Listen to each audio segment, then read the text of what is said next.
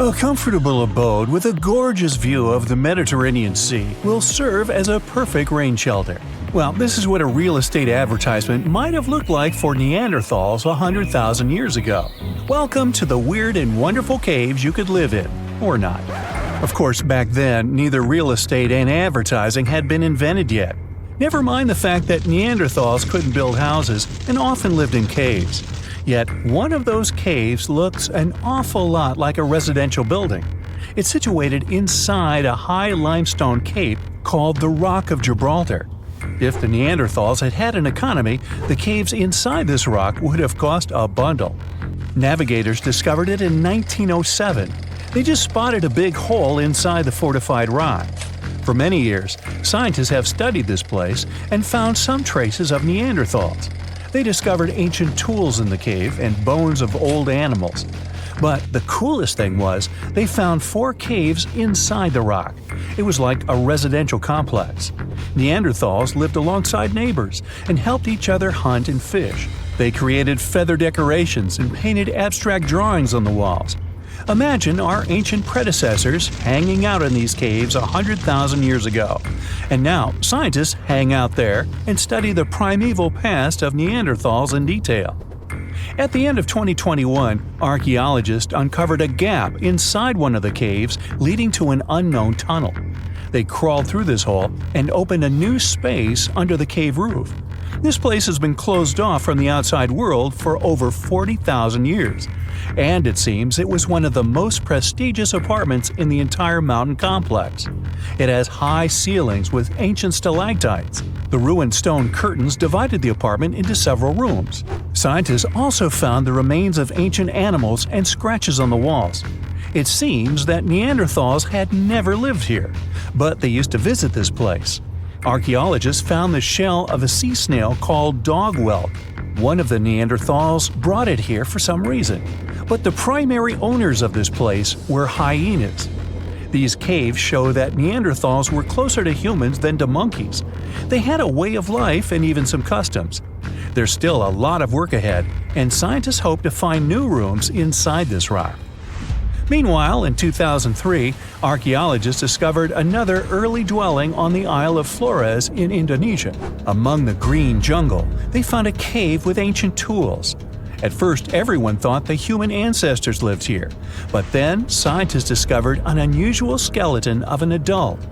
A thorough analysis showed the skeleton belonged to a 30-year-old woman, 3.5 feet tall, just above the waist of an average adult. The woman's weight was equal to the weight of an adult shepherd. The skeleton didn't belong to Neanderthals or Australopithecines. It was a new unknown species, which scientists called Homo floresiensis, or simply the Hobbit. Also, there were remains of unusual ancient animals in the cave. It was an elephant the size of a cow, some large storks, and giant rats. Archaeologists have found out that hobbits were not the owners of this place. The main inhabitants were the rats the size of a cat. Maybe they were fighting the hobbits. Some analysis shows that Homo floresiensis wasn't our direct ancestor. They were in a separate branch of evolution. The hobbit skeleton looks more like that of a monkey than of modern humans. In 2009, in the dense jungle of Vietnam, archaeologists discovered Sunken, the largest cave in the world. If you go inside the cave and shout, you'll hear your echo a long time. In some places, the height of this cave reaches half the height of the Empire State Building, and the total area is larger than one central block of New York. Sunken is one of the 3 caves in the Vietnamese jungle. Many intricate mazes connect these caves. Inside, you can find unique plants and trees that live separately from the outside world. It's a real underground jungle. In some places, you can find collapsed ceilings that let the sunlight in. Besides unusual trees and plants, ancient stalactites hang there. Some limestone deposits are more than 450 million years old. They were here even before dinosaurs appeared. There are also many rivers in the cave. Rainwater coming down from holes in the ceiling has formed them. Fast streams resemble slides in a water park. They lead to unknown underground labyrinths. Scientists have studied only a small part of all these caves.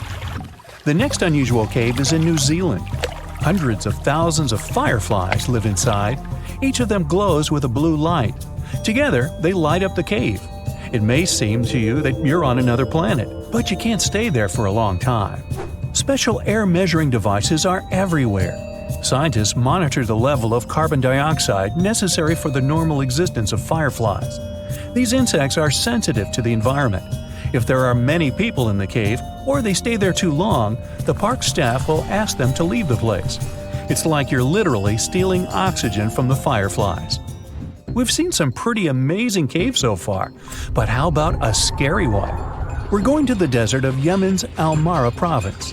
What we're looking for is not a cave, it's just a black hole in the ground, right in the middle of the desert. It's big, the size of a basketball court. It's not its size that could scare you, but what's inside. Scientists are still not sure what it is. From the depths of this black abyss, a disgusting smell of rotten eggs constantly comes out, and sometimes you can hear some strange, frightening sounds. The blackness of the giant hole in Yemen absorbs all the sun's rays, so you won't see what's there even with a powerful flashlight. People flew over this place by helicopter. They filmed using drones and the most powerful lenses, but they didn't catch anything except darkness. It looks like a big ink spot in the middle of golden sand. The locals are afraid to approach this place. They believe the cave leads to another dimension where evil creatures live.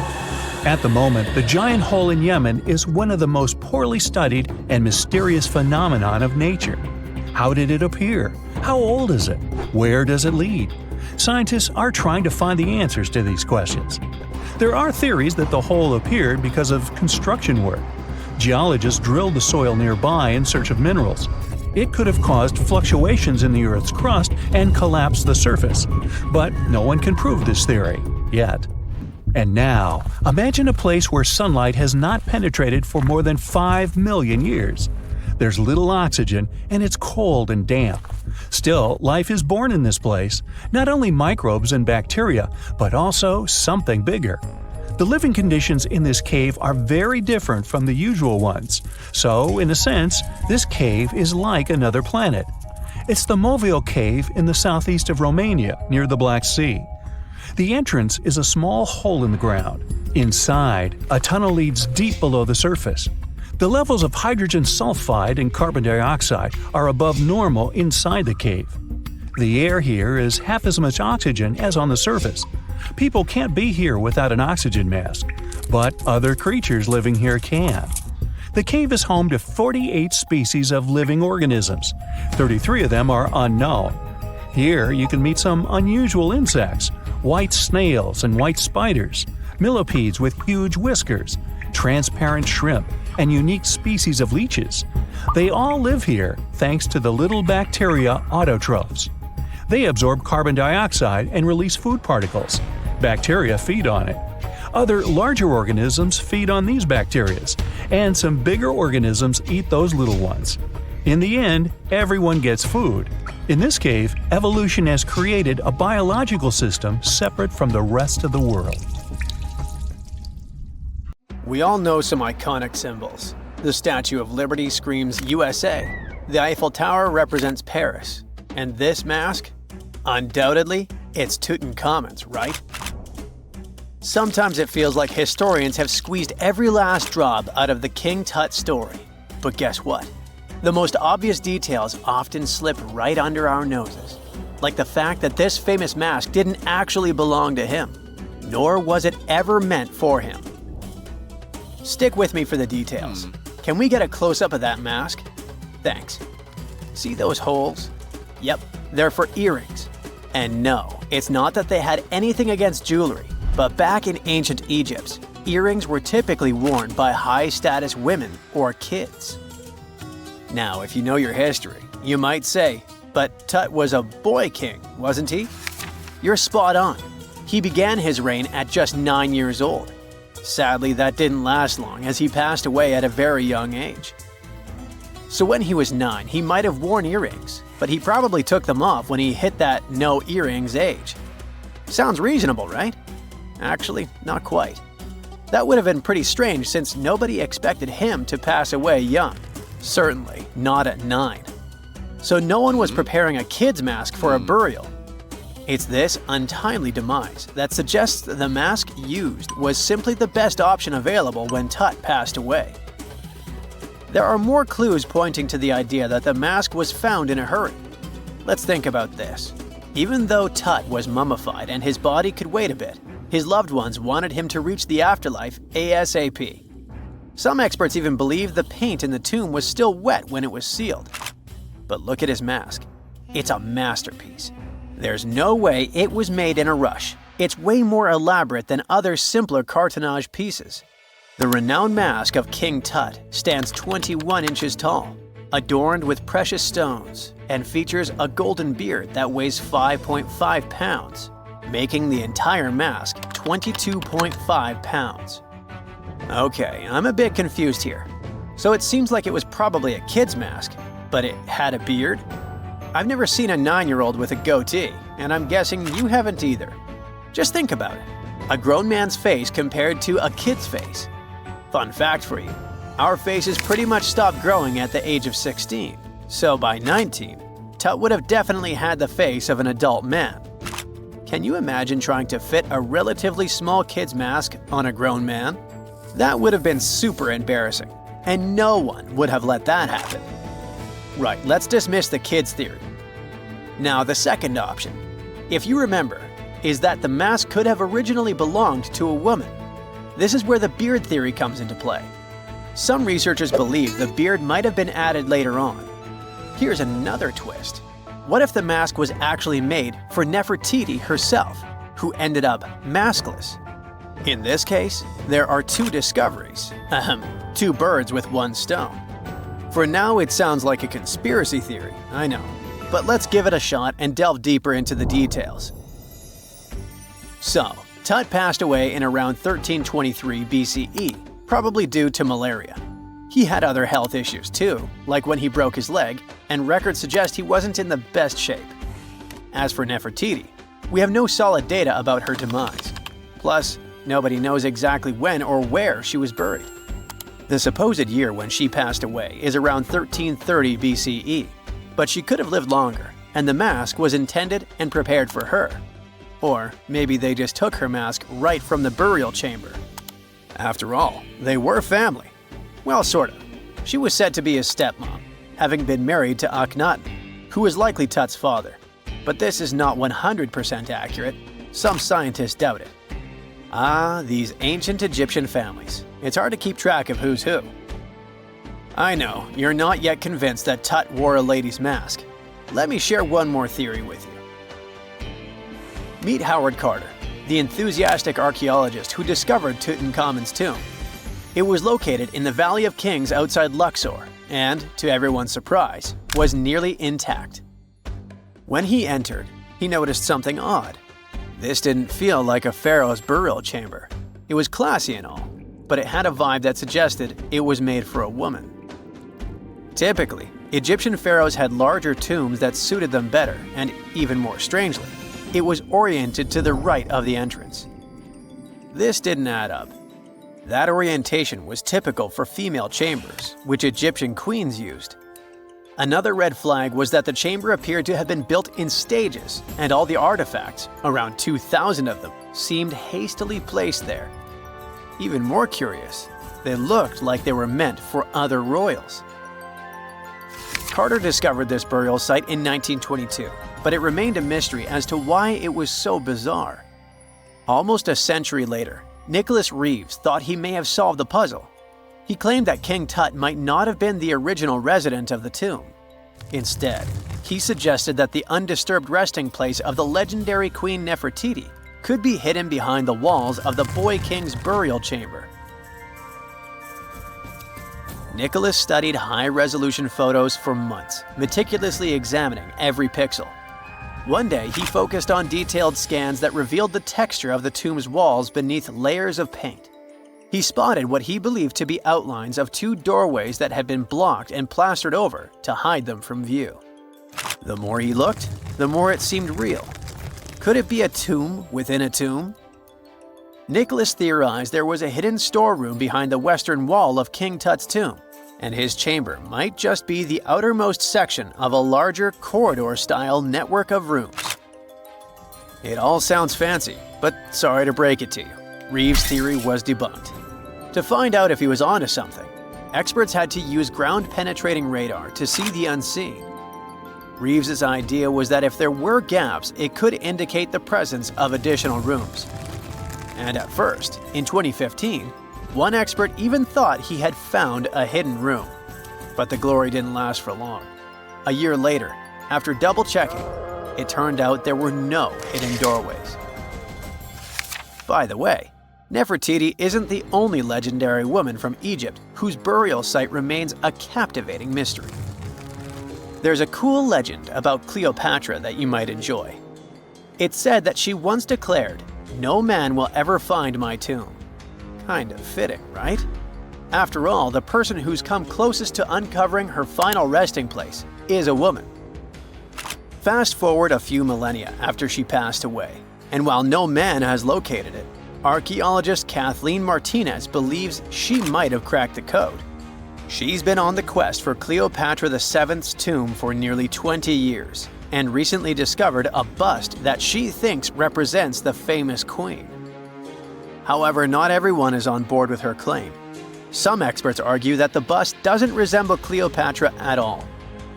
Alongside this intriguing marble statue, Martinez's team also unearthed 337 coins, some of which, less controversially, feature Cleopatra's likeness. But the real part is that it's still not officially confirmed. There's no doubt about the existence of the small bust. It's carved from white marble, fits in one hand, and shows a woman wearing a royal crown, according to a translated statement from the Egyptian Ministry of Tourism and Antiquities. The big question, though, is who it actually depicts. While Martinez insists this statue is a representation of Queen Cleopatra VII, many other archaeologists argue that the facial features don't match, suggesting it likely belongs to a princess instead. Sorry, I can't resist the temptation of breaking the magic for a moment. Some folks believe that the whole idea of "no man will find my tomb" is misunderstood. Even if she did say it, what she probably meant was "no living soul," and it wasn't about gender at all. It can as well be just a beautiful legend. Toodaloo! It's nighttime, and you're about to walk inside Pharaoh Tutankhamun's final resting place. You know, King Tut. You don't have a torch, but at least you came with a flashlight. You walk down several flights of stairs and observe how the walls are carved in hieroglyphics and what looks like a spell. "Those who take anything from this place will be doomed for life," the spell says. Even if you don't really believe it, this scares you a little bit. You find a huge stone door. Is it a trap? You manage to open it, but oh no, it's only an empty chamber. You check your map. It seems like you're heading in the right direction. After what feels like hours, you realize you must be trapped inside a labyrinth. You try to retrace your steps, but you can't find the door where you came in from anymore. That's it, you think to yourself. You've fallen for the Pharaoh's trap. What's worse, you didn't bring a lunch. Okay, so we've all seen Hollywood movies where the main character is exploring ancient ruins and faces some seriously dangerous traps, right? We've been told Egyptian royalty protected their final resting places with venomous scorpions and snakes, sliding doors that will trap you for life, and giant rolling boulders that will crush anyone on their paths. The thing is, were these traps truly real? Well, I regret to be the one to break it to you, but this is all fiction. These elaborate traps were too technologically advanced for ancient civilizations to pull off. That is not to say, however, that there weren't any traps at all. Ancient civilizations, like the Egyptians and the Mayans, are known for their practice of building entire monuments dedicated to the ones who had passed away. These structures would often reflect the position of person occupied in society. So, for the really important people, the VIPs of their times, massive monuments were built to host their bodies long after they were gone. Some of these civilizations believed that a person's life would continue on the other side of the veil. For that reason, a person would be buried together with the belongings of their current life. If they had a lot of money and power and stuff, that meant their resting places would be filled with riches and gold. Now imagine if you lived in ancient Egypt and you knew exactly where all the pharaoh's tombs were located and had heard rumors of the amount of wealth kept in these places, maybe you would be tempted to go check it out, right? We're talking about large rooms filled from floor to ceiling with golden artifacts, jewels, and even money. I mean, it does sound tempting. And since there weren't any security guards protecting the entrance of these places, Egyptians needed to get creative as to how they would protect these riches. These old civilizations found some traps to be useful. A recurring one was building empty rooms inside the monument to confuse a burglar. Now, let's take a look at Amenhotep III's final resting place as an example. It was built in the city of Luxor, in a spot also known as the Western Valley of the Kings. Two French engineers originally discovered the monument between 1905 and 1914 CE. The structure is huge and has more than 10 chambers, connected by long corridors and steep stairways. The King's Chamber is the most hidden one, and for an outsider to try and find it, they will probably enter a lot of empty rooms beforehand. Other pharaohs tried to protect their riches by commissioning monuments with false doors concealing pits that were up to 20 feet deep. This way, an unwarned and unwanted visitor would be surprised by the deep hole on their way to the king's resting chamber. Alongside false doors, pharaohs made sure to build labyrinth-style corridors and false walls. This way, robbers could take hours or days before they found the king's real chamber. As to pits with poisonous snakes on them, if there were any reptiles inside these monuments, they probably got inside on their own, and would most likely not stay there for long. There is no way snakes would survive years and years without food inside these pits. So yes, another Hollywood-induced belief right there. If these traps seem boring to you, archaeologists did find an interesting deterrent in the final resting place of the Red Queen of Palenque in Mexico. Palenque was one of the most powerful Mayan cities in pre-Columbian Mexico, and the Red Queen was believed to be the grandmother of the last Mayan king, undoubtedly a person of immense importance to the empire. In her honor, a huge monument was built to keep her body after her passing. The discovery of the tomb itself was already thrilling. Archaeologists found an ancient monument when digging at the site back in 1994. The first thing they found was a room with a hidden door. Once they opened the door, they discovered a long corridor. Finally, at the end of this corridor was the Queen's chamber. The team of archaeologists was beyond excited to unearth this chamber with the mummy of the Queen herself still inside it. They found her to be accompanied by her pearls, jade shells, and expensive rocks.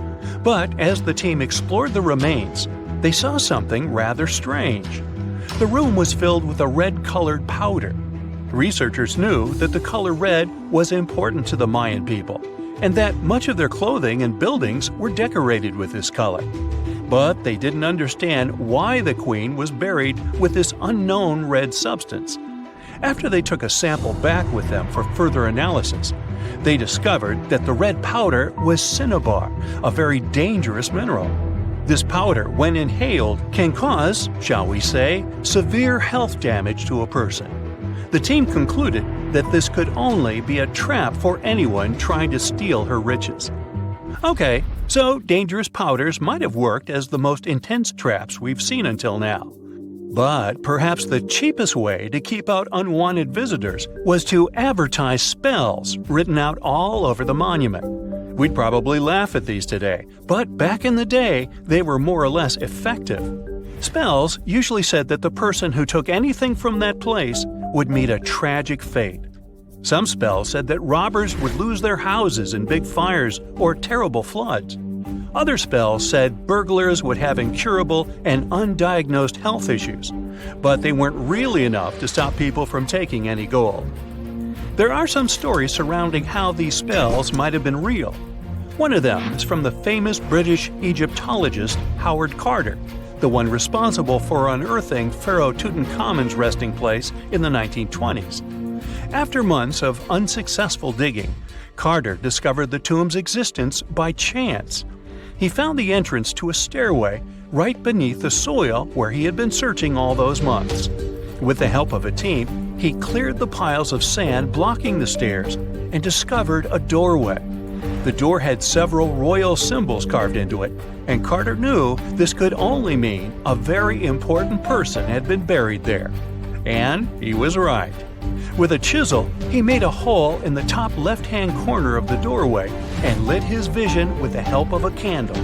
He couldn't believe what he was seeing, the reflection of several golden and jeweled items crowding the chamber before him.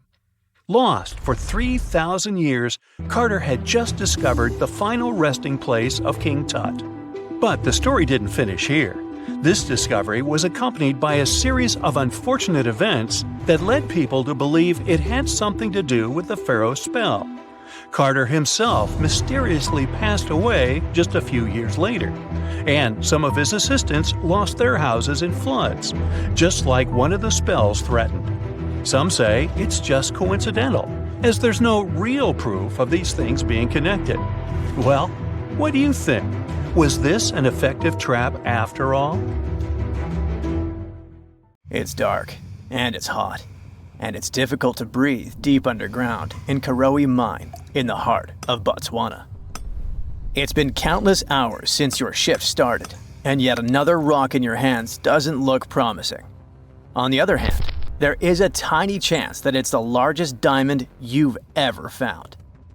You decide to inform your Canadian bosses from Lucara Diamond Corp. And bingo! The stone you found turns out to be a breathtaking 2,492 carat diamond, the second largest ever found. Now, the average engagement ring size is 1.7 carats.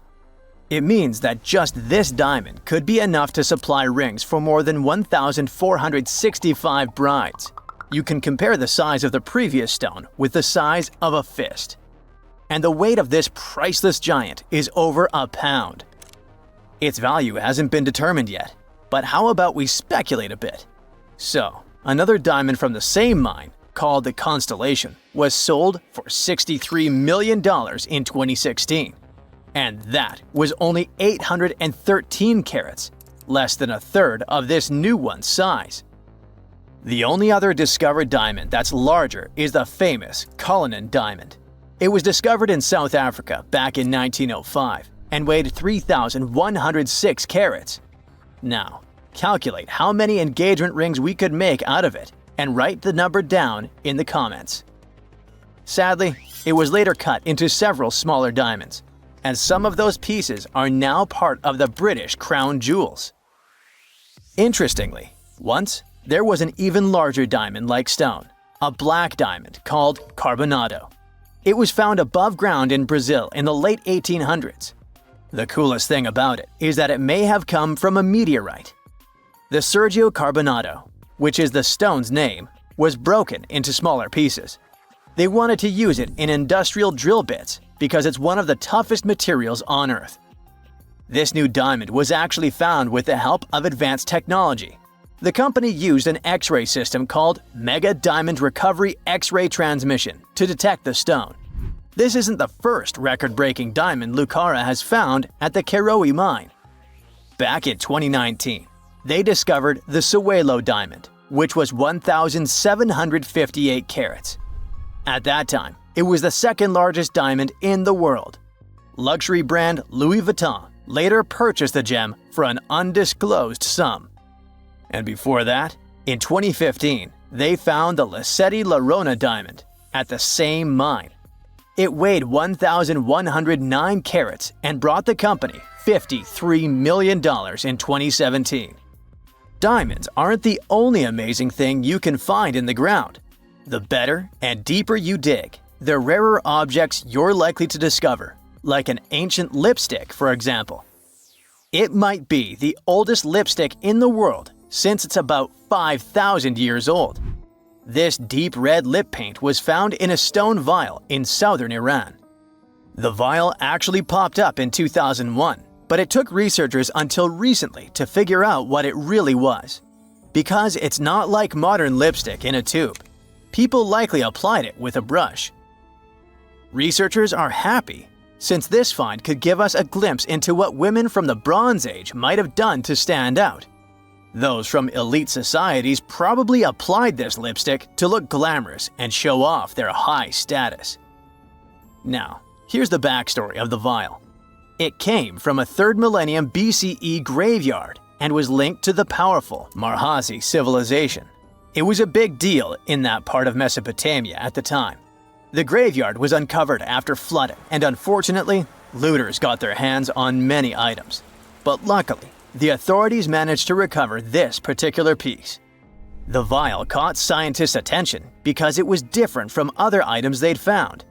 Normally, they'd come across gray, compact substances in similar containers.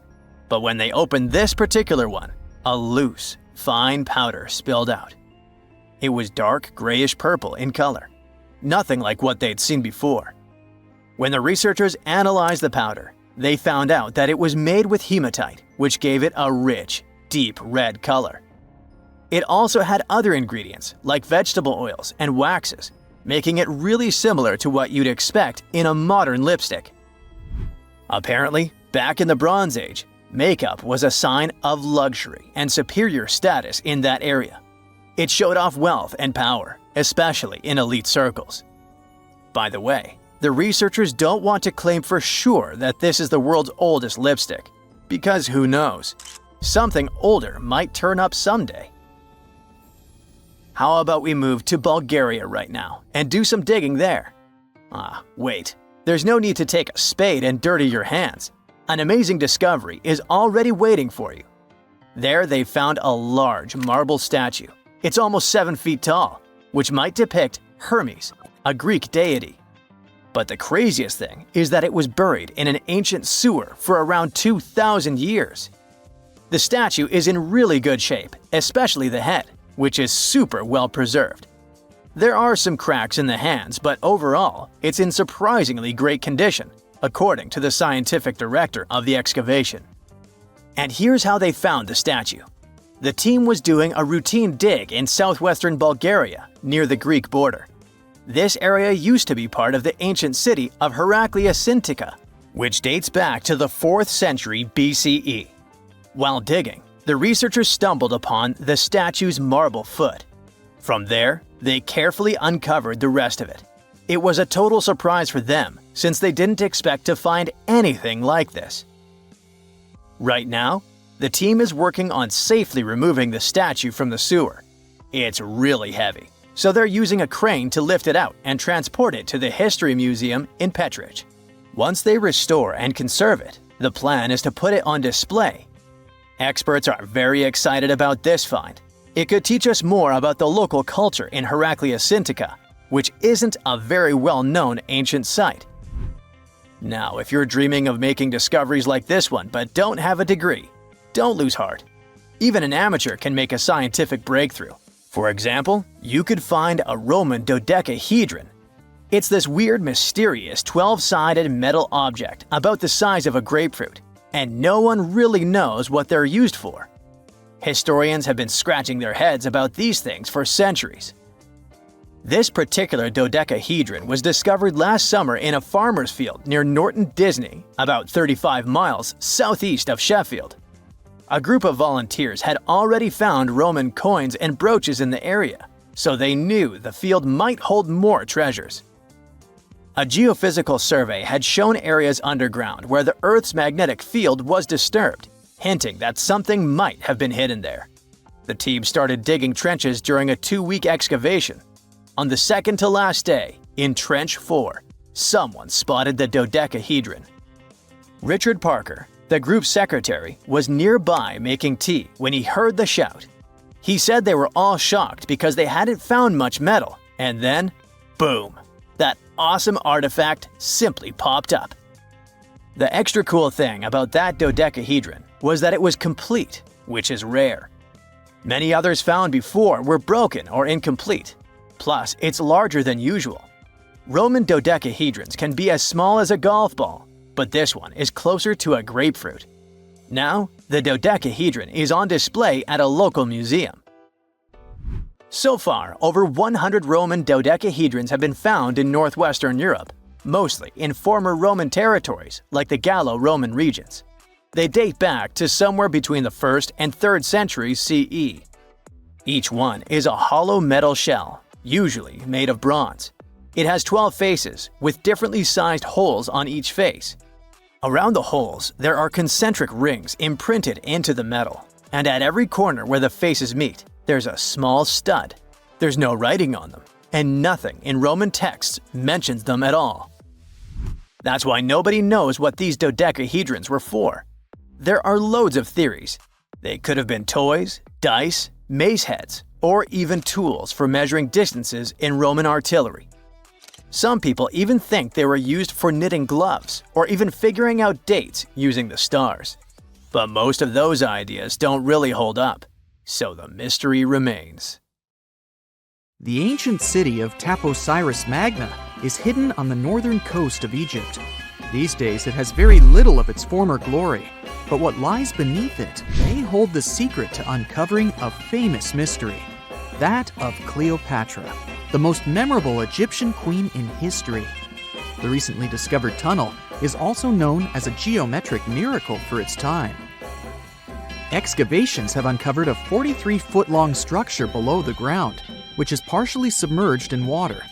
Its shape and construction technique are similar to that of the Eupalinos tunnel, another amazing ancient discovery. This one is located in Greece and was built by excavating simultaneously from 2 points, aiming to have them meet in the middle. The use of math and geometry to make this construction was astonishingly precise for those days, more so since it was built near a mountain. Archaeologists that have been working on the Taposiris Magna site since 2004 believe this tunnel may lead to the lost tomb of Cleopatra. The clues they found so far seem to back up this theory.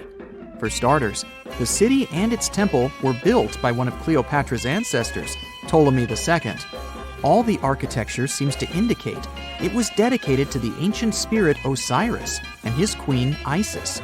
Throughout her reign, Cleopatra did try to associate herself with Isis, so it may be no surprise she chose this location as her final resting place. Scientists have yet to pinpoint Cleopatra's tomb, but research continues with the help of modern technology.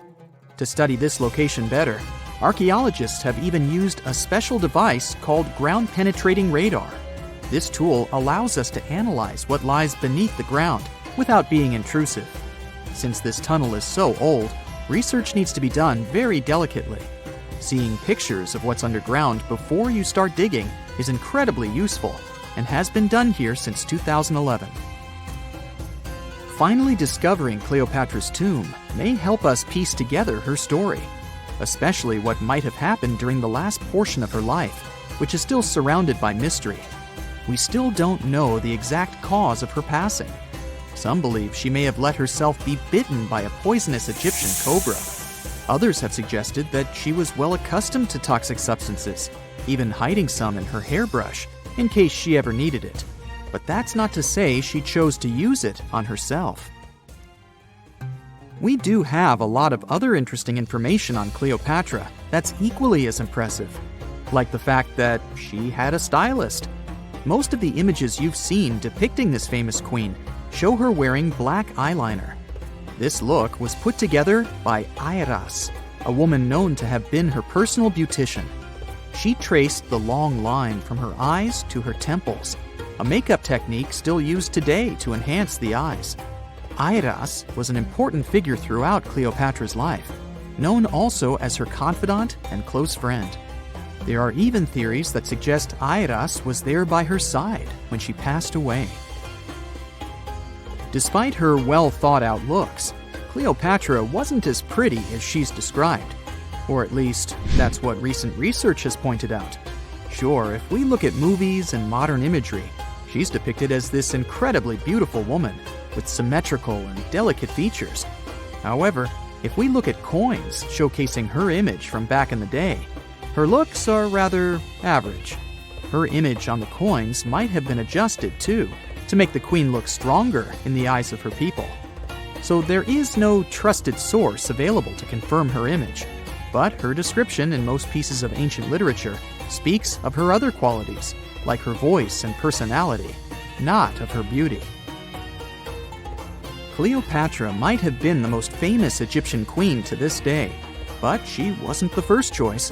She did have an older sister, Berenice, that was initially supposed to take the throne. Berenice passed away before she could do that, so Cleopatra took on the role and began investing in her education.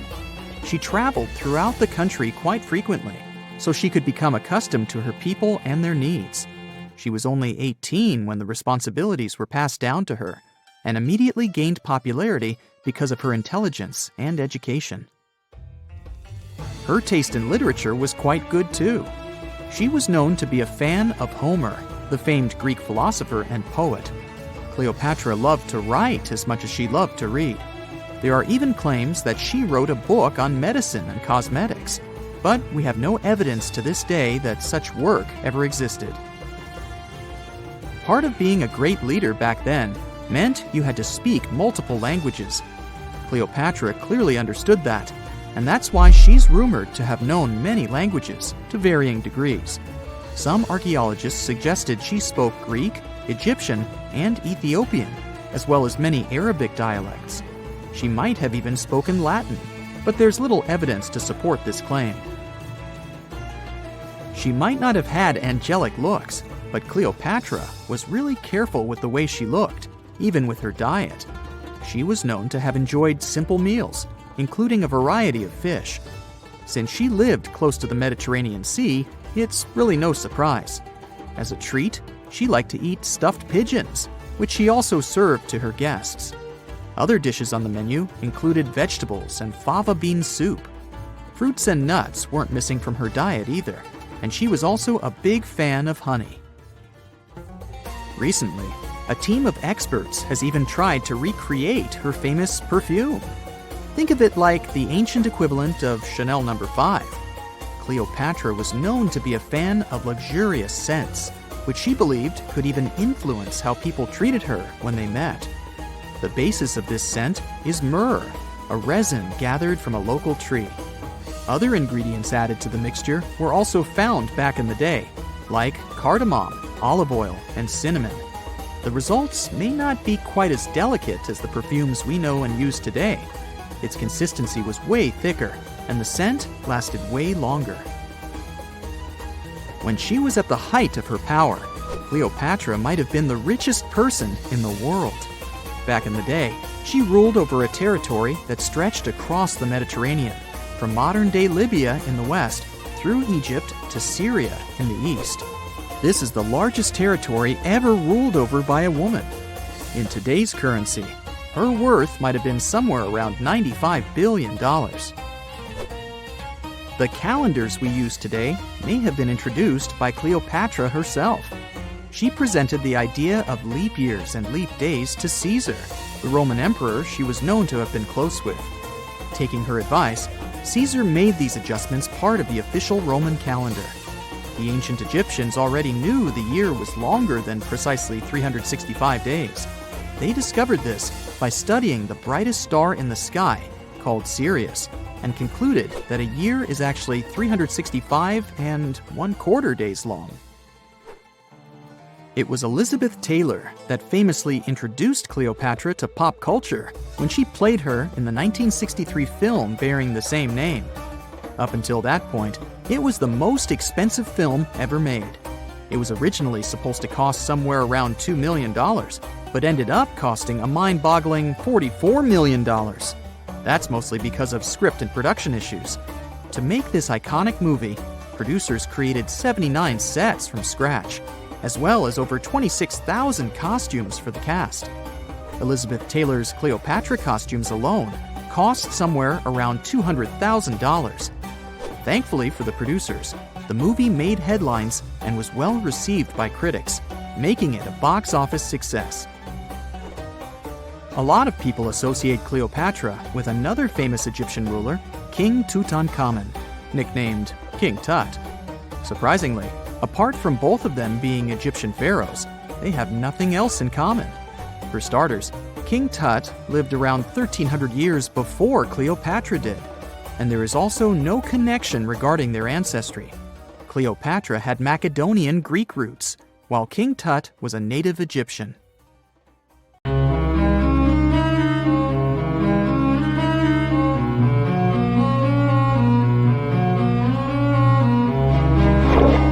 Question for you. Do you think Atlantis could be real? It remains as one of history's greatest mysteries. The legend began with Plato, all the way back in ancient Greece. The tale of a civilization that formed and prospered before our own.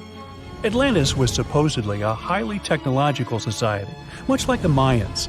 But, as the legend says, due to the people's greed, they were punished by a flood that destroyed and submerged their cities. Different theories try to guess Atlantis' location. Some say it was in the Mediterranean Sea.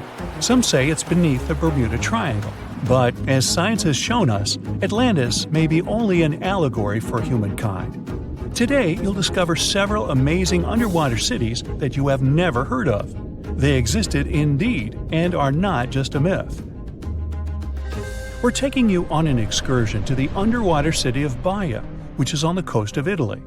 Known as the Las Vegas of the Roman Empire, Baia was a resort city. The Roman elite traveled there for recreation. Imagine an open-air spa. That was Baia. You can visit the submerged town by scuba diving and get close to that perfectly preserved, magnificent Roman sculpture, a true underwater wonder. You can spot the crumbled temples and buildings through glass-bottom boats. This is a moss-covered museum in Claudio's Nymphaeum. To your left, you can see a collection of classical Greek statues. Swimming down the Via Herculeana, you'll arrive at Villa Aprotio. Villas are Italian-style houses, and here you can admire their original marble floors. Notice the black and white patterns and the astounding shapes they make. Next, you'll arrive at Portus Julius. Can you see the collapsing wall structures at the bottom of the seafloor? You'll see well-preserved columns and limestone floors. Behold the ruins of the thermal baths of Lacus. The remaining multicolored mosaics are something great to see. You'll see their orange, blue, and green tiles if you get close enough. At Pisoni's Villa Pila, you'll see 25 preserved Roman pillars. Notice the arches, the frescoes nearby, and the magnitude of this well-kept treasure. The city was located over natural volcanic vents, so there were hot springs to be used at will. People went there looking to have an excellent time. And when I say people, I mean some of the great Roman emperors we learn about in school: Nero, Cicero, Caesar. But around the 8th century, the city was sacked and the luxurious town was abandoned. Slowly, the water level rose and the city started to drown. You are on a summer vacation off the coast of Greece, 4 hours outside of Athens, in the Peloponnese Peninsula on Pavlo-Petri. You dust off your snorkel and head for a free dive on a bright sunny day. Sometime into the dive, you start noticing patterns on the seabed. 13 feet below the surface, the outline of familiar objects starts to appear, one by one. As you continue swimming, what looks like the outline of an entire city emerges before your eyes. You wonder, how could water have taken the whole city? Rocks are perfectly aligned into what appears to be the foundation of a building. Nicholas Fleming, a British oceanographer on vacation in Greece, was the person that discovered Pavlo-Petri. He was documenting the seafloor artifacts. The team found the site filled with pots, storage vessels, and tools. A quern stone, for instance, is a tool used for grinding grains and turning them into flour. Multiple amphoras, which were found then, indicate that this settlement dated back to the Bronze Age, 5,500 years ago, when people started living in towns. The settlement is believed to have lasted for over 2,400 years. Pavlo-Petri is considered today the oldest submerged town yet found, and it's impressive that it wasn't a simple village. It was a vibrant port city with stone-built buildings, a marketplace, streets, and even squares. Let's continue our exploration and find secrets in other underwater cities. You are diving off the coast of the Ryukyu Islands. Pacific waters are far from smooth. There's a strong current pulling you into the deep sea. Suddenly, you see a huge structure thanks to the sunlight shining down on the seabed. At first, it looks like Machu Picchu's ruins across the globe in Peru. As you approach it, you slowly figure out its form. A pyramid-shaped structure, arches, staircases. It's something that could have easily been a palace or castle. Could this also be a sign of human activity? What you just saw is known today as the Yonaguni Monument. It also goes by the name of Japan's Atlantis. The entire monument is about the size of 5 football fields and the height of a 5-story building. Its most surprising feature is its expansive terraces that host large crowd gatherings. Explorers and scientists believe that Yonaguni dates back to 10,000 years ago. But whether it is a man-made structure or a natural formation is still under debate. For Japan's top marine geologist, Professor Masaki Kimura, Yonaguni is the heritage of a lost civilization. Kimura has dived into exploring the ruins over 100 times over the past 10 years. According to him, there are clear signs of human activity down there. The Triangle Pool, located on the monument's surface, is a triangle-shaped concave that is a historical symbol of water fountains in the region. There is also a giant turtle carved on the eastern side of the structure. And according to Kimura, turtles have an important cultural meaning. Several pieces of stone tools have been recovered from the site. Their estimated age dates back to 10,000 years ago. However, not all scientists are convinced of the same. For many, Yonaguni is the result of thousands of years of erosion. The fact that the monument is composed of one massive rock leads them to believe that it is not human-made. The defined edges and flat surfaces resemble a natural formation occurrence in Northern Ireland, known as Giant's Causeway. A series of interlocking basalt columns look like the ruins of a palace, but they were the result of volcanic activity in the region. Well, stay tuned for more underwater discoveries. The next stop on our voyage is one of today's most famous underwater cities that has turned into an underwater archaeological park. The city of Port Royal in Jamaica exists today only below the surface. But in 1692, it was one of the wealthiest cities in the Western Hemisphere. Port Royal was the center of the British Empire at the time, and an important trade city that attracted people from all over. It was also home to real-life pirates of the Caribbean. On the morning of June 7, 1692, the people of Port Royal met a different fate than they probably expected. The bars and restaurants beaming with life woke up shaking. People were taken out of bed with the power of a massive earthquake, estimated today at 7.5 on the Richter scale. One survivor says he saw the earth opening up and swallowing the town whole. What he said could be true, as the city was mainly built over sand. The ground sucked buildings, roads, and everyone above. Geysers erupted, and finally, waves as big as 10-story-high buildings hit the city. About 33 acres of the city disappeared underwater, and amazingly, most of its 17th century remains lie in good condition under 40 feet of water. In the ruins, archaeologists have found taverns, storage rooms, kitchens, and recreational buildings used for diverse purposes. You can see a grand lion statue, a submerged bridge, and many picturesque arches. Now, do you fancy a trip to India? Just outside its coast lies another sunken marvel. A site known as the Lost City of Cambay is located on the Gulf of a similar name. It remained hidden until 2001, when the National Institute of Ocean Technology did a routine water assessment. With sonar technology, which sends a wave of sound to the bottom of the sea, they found something far beneath the surface. Images showed well-defined geometric shapes spread along a 5-mile stretch. The remains found dated to more than 9,500 years ago, meaning that this civilization was lost at around the end of the Ice Age. Debris recovered from the site included construction material, pottery, beads, sculptures, and even bones.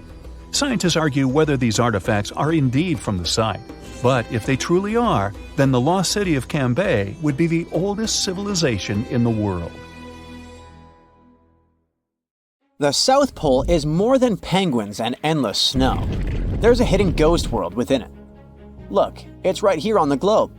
Don't confuse Antarctica with the Arctic, which is at the top of our maps.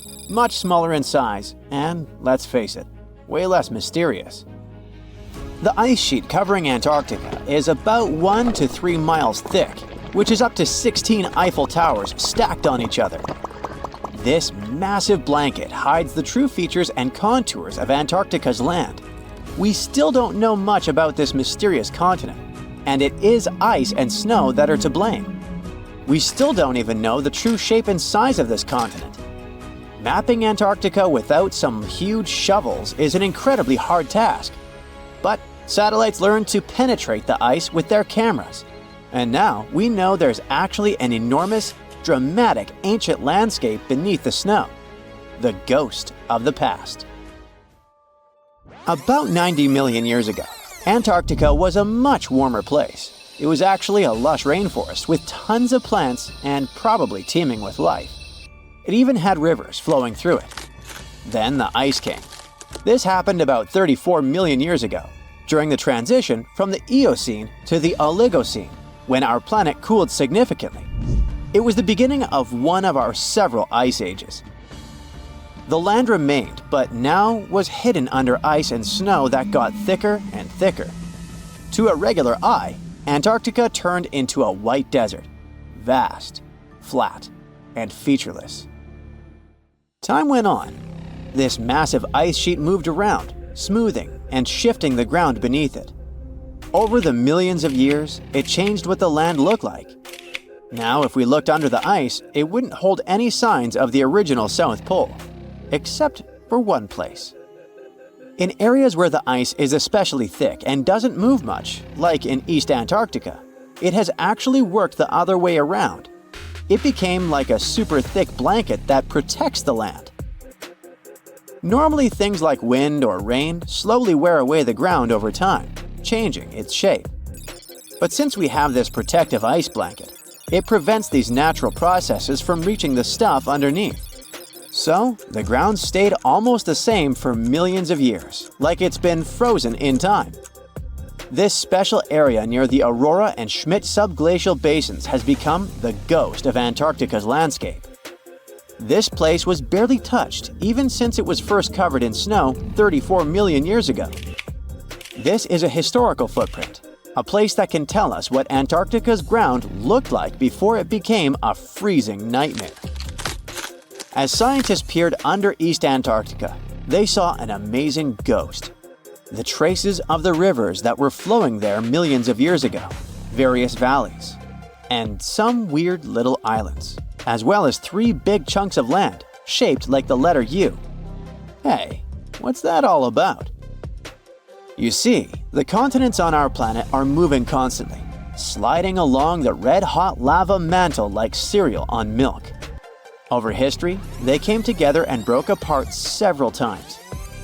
Hundreds of millions of years ago, several continents were a part of one enormous Gondwana. Antarctica was one of them. It used to be one huge landmass. But when Gondwana broke apart, the poor continent got stretched by tectonic forces. Parts of land were pulled away from each other. Whoosh! And they got torn apart. And that's how we got these big chunks or blocks of land under thick layers of ice. In any case, scientists now want to explore this ghost a bit more. But to study it deeply, they need to actually drill down through the ice, like using a straw to get to the bottom of a thick shake. This will help them pick up some rocks and dirt from way below to learn more about the Earth's history and climate. Antarctica is the 5th largest continent in the world, approximately bigger than the entirety of Europe or Australia, competing with the entire South America in size. Aside from East Antarctica, we discussed there are several more regions: Antarctica Peninsula, South Pole, West Antarctica, and the Ross Sea. The continent is basically a frozen sandbox, and all its hidden, mysterious landscape is actually less explored than Mars's terrain. We only know for sure that without ice, it wouldn't just be flat and empty, but an entire world full of big mountains, huge canyons, and even fiery volcanoes. Some of these volcanoes are so huge that they peak above the layers of snow. In West Antarctica alone, there are at least 138 volcanoes, though only about 8 or 9 are active today. One of the craziest ones is Mount Erebus, the southernmost volcano and the tallest one on the continent, about 12,500 feet high. And deep beneath the ice sheet, this guy hosts incredible, beautiful subvolcanic caves. The temperatures there are warm enough for t-shirts.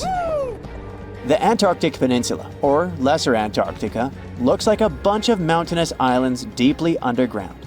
It has newer volcanic rocks that are part of the Pacific Ring of Fire, which is like a giant circle of volcanoes and earthquake zones around the Pacific Ocean.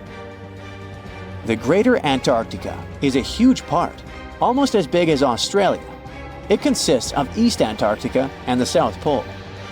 Beneath the ice, it's a place of rocks that have been around for a very, very long time, including the special zone we mentioned. You probably know that Antarctica is nearly devoid of humans. No wonder, with a mean temperature of about -46 degrees Fahrenheit. But even though this place is horrifyingly cold and deserted, life still clings on. You guessed it, in the underworld. In 2017, scientists found DNA traces of algae, moss, and even possibly unknown small animals in the deep caves. That means that even in such crazy conditions, there are still unique ecosystems thriving in little isolated warm pockets beneath the snow. There was another incredible find beneath Antarctica's Ross Ice Shelf, a lively ecosystem vibing within an underground river. Scientists have long suspected that Antarctica's underworld should have some freshwater lakes and rivers. One day, a satellite spotted a groove there. They decided to explore it and used a hot water drill to melt their way through the ice. As they reached the underworld, they dropped a camera into one of those hidden fresh rivers. And at first, they thought they'd find just some rocks or something. But instead, they stumbled upon hundreds of amphipods, tiny shrimp-like creatures. Little ones instantly swarmed around the lens. Shrimps blocked the camera and scientists couldn't check out what they wanted to. Pretty funny, but at least that means that there really is an important ecosystem deep within Antarctica. Now, they're gonna explore it. And all this is just the beginning of the mysterious underworld. Antarctica's snow also hides the deepest canyon on Earth under the Denman Glacier. Well, Mariana Trench is still the deepest point on Earth, but it's a part of the oceanic crust, geologically speaking.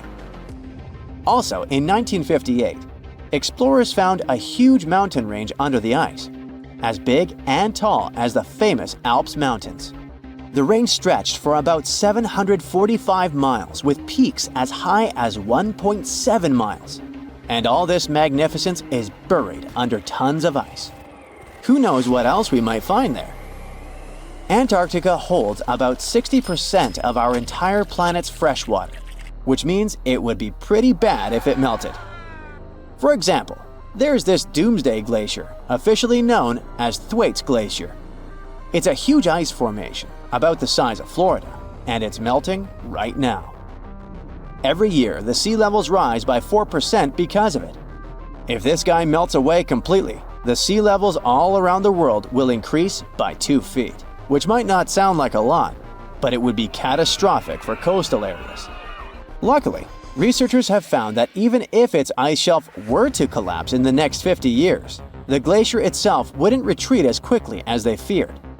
It's still losing ice rapidly, but it would be quite a slow process. It was September 7, 1695, somewhere at sea near the Horn of Africa. A merchant ship laden with treasure was sailing from present-day Yemen to its home port in India. Its escort had previously been captured by pirates, and now it was their turn, as they spotted a frigate approaching them fast. From its mast pole, a red flag with a Jolly Roger on it fluttered in the wind. Once the battle was over, a British pirate named Henry Avery sailed away with one of the biggest catches ever.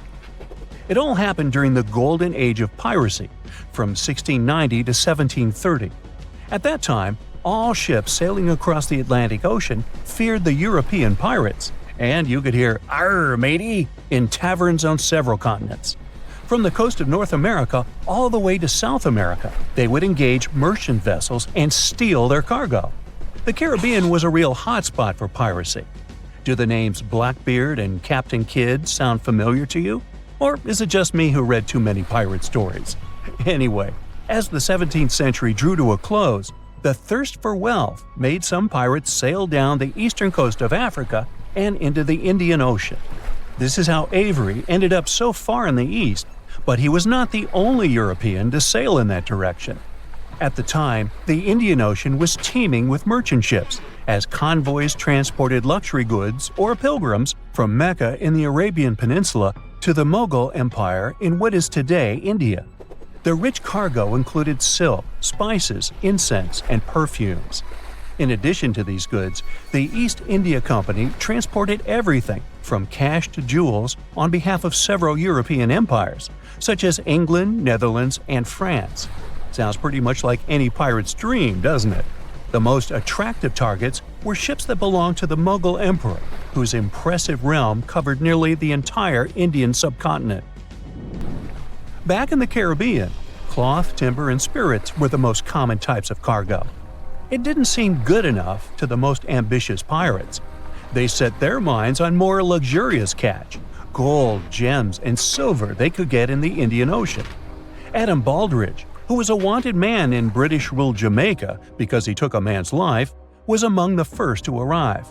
Through not-so-honest means, in 1691, he managed to establish a safe haven for pirates on St. Mary's Island, near the remote northern coast of Madagascar, 250 miles off the African mainland. The place sat close to major shipping routes between Europe and Asia. Talk about an ideal location. The pirates made sure to fortify the island. As you can guess, they didn't like unexpected guests and enjoyed staying there, having fun in safety. A Frenchman, Olivier Levasseur, and his English colleague, John Taylor, were among the most successful of those islanders. In 1721, they easily captured a Portuguese treasure ship. It didn't go so smoothly, though. A serious storm damaged the ship, so they had to dock at the island of Reunion for repairs. There were important individuals aboard, such as the Viceroy of Portuguese India and the Bishop of Goa. But the loot was the pirate duo's biggest feat. Cash, diamonds, and porcelain worth hundreds of millions of US dollars in today's money. The catch was so enormous that the pirates didn't even bother to rob the rich passengers. But even this heist couldn't overshadow what Henry Ivory had achieved 26 years earlier. We don't know a lot about the life of this Englishman, except that he was born in Plymouth and that he served in the Merchant Marine. In 1694, Ivory became the first mate aboard Charles II, a privateering ship hired by the Spanish crown. Such ships were privately owned and engaged by nations during major conflicts with other nations. Ivory's ship had an important mission of tracking French smugglers in the Caribbean, but soon the tables would turn. Ivory was good with words and led a successful mutiny in 1694. After he left the unfortunate captain ashore and renamed the ship Fancy, the new captain set sail for Madagascar. There, news reached Ivory that a large fleet of 25 ships was soon to leave for its home in India. Apart from pilgrims, the fleet included several treasure ships owned by the Grand Mughal of India himself. Ivory didn't waste time and assembled an armada of 6 ships to go after the Mughal convoy. As soon as they spotted the fleet, the pirates started a chase. They managed to board an escort vessel, stealing gold and silver worth more than $17 million in today's money. And if that wasn't enough, Ivory and his men went after the flagship named Ganjai Savai. It was the biggest ship in all of India at the time that could protect itself better than the whole fleet combined. The pirates got lucky, as one of their volleys cut the main mast of the Indian ship in half, and there was more serious damage to it. Ivory brought his ship alongside the crippled Mogul ship, and his men boarded the vessel. Indian sailors showed some impressive resistance, even though their captain had abandoned them. Ivory's men won in the end, and they got one of the richest pirate catches ever. They filled their chests with hundreds of thousands of pounds in jewels, gold, and silver. After it, the pirates set course for the Bahamas and used their enormous wealth to convince the local ruler to let them come ashore. Their most prized possession, their ship, the Fancy, was included in that deal. Once the news of the heist reached the Emperor of India, a huge diplomatic scandal broke out. The Grand Mogul was enraged and accused the East India Company of plotting against him, arresting several of their high-ranking officials. The company feared that the Indian leader would cancel their valuable trade agreements, so they decided to do something nice for him and bring to justice the pirates responsible for the theft. Together with British ships equipped for search at sea, they launched one of the first truly international pursuit of Ivory and his shipmates, promising a reward to whoever captured him. The pursuit was only partially successful, as they only managed to catch and trial several pirates. Most of them scattered across Europe and the Americas, keeping their share of the wealth. Ivory earned himself the nickname the King of Pirates because of his adventure in the Indian Ocean. Historians believe he escaped to Ireland with his share of the loot using a false name, George Washington. No, I made that up. Piracy was a risky trade, and not all European fortune seekers were successful in the East. Take Dutch pirate Dirk Schijvers, who entrapped 4 ships in the Indian port of Calicut. He demanded money from the local Indian authorities and the East India Company, but they offered him only half of the requested sum. Finally, they settled on a different amount. When it didn't arrive, Schijvers set another ship ablaze. By this point, both the British and the Indians had had enough, and they hired 10 Indian pirate ships to drive Schijvers away, which they succeeded in doing. The pirate captain was forced to return for repairs to St. Mary's Island empty-handed. Oh well. The end of the 18th century and an increased European presence in the region brought about the end of the golden age of piracy. As the British authorities increased raids on pirate strongholds, the number of pirates decreased significantly. In 1692, a huge earthquake that was followed by a tsunami erased a well-known pirate haven from the map, Port Royal in Jamaica. But piracy in the Indian Ocean never fully disappeared.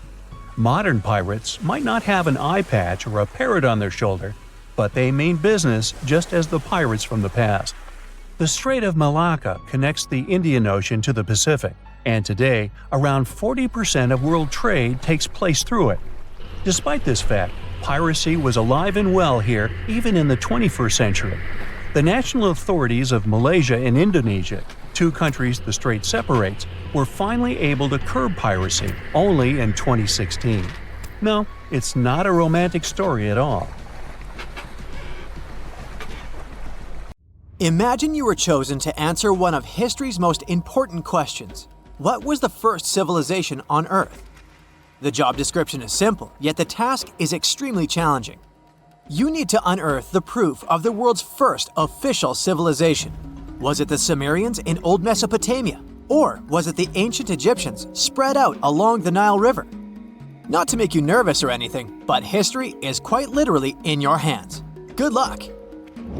Since you can't turn back the clock and visit Old Mesopotamia to get the answers to your questions, you'll need to research museum databases in order to get some clues. First things first, we need a definition of what is considered a civilization. It's not just thousands of people grouped together and living harmoniously.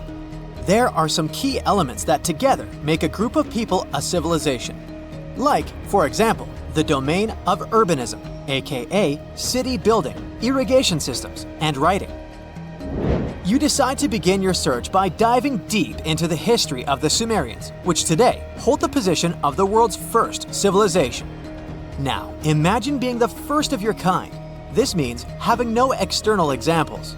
Rather, it means starting from scratch. First thing you'll need? A piece of land.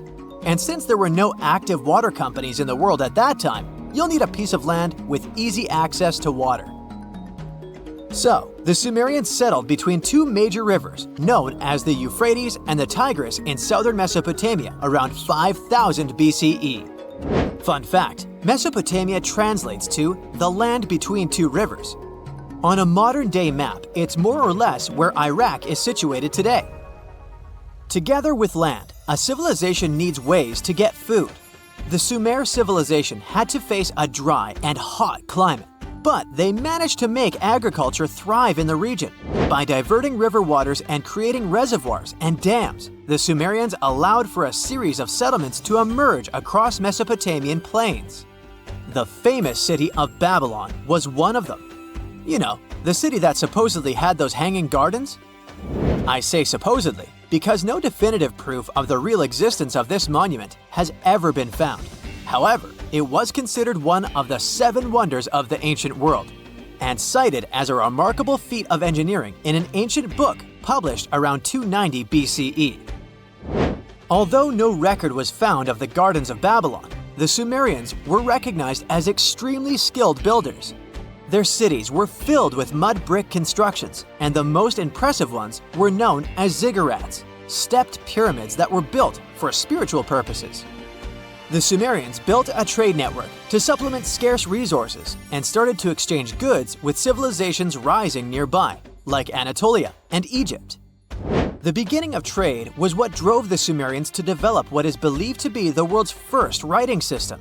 It began as a simple system, likely dating back to 3400 BCE. In this system, each syllable was represented with a drawing. Later, it gradually evolved into a fully formed cursive writing system. Don't believe me?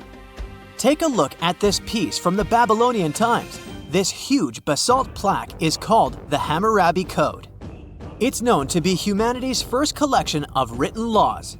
As far as the story goes, it was carved in volcanic stone around year 1760 BCE. Look at the precision of these carvings. It's quite astonishing. But the content is also surprising, since these 282 rules vary from commercial regulations to strict laws of justice. The thing is, historians don't have a consensus on whether the Sumerians were really the first ones to invent writing. Some think it might have been old Egyptians. Let's pause here. Ancient Egyptian settlements are believed to have started around the year 5500 BCE, which is earlier than the Sumer civilization. But remember I said a civilization needed a few things before it was considered as such. Ancient Egypt consisted of several smaller city-states, such as Memphis, Abydos, and Thebes, spreading out along the Nile River. It wasn't until 3000 BCE that Egypt was unified under one kingdom and lasted as an empire until nearly 1000 BCE. Although there is no consensus on this, some Egypt experts believed that it could have been Sumerian immigrants that founded early Egyptian settlements. The proof could be the presence of cylinder seals made of hard stone, something that was widely used in Sumer.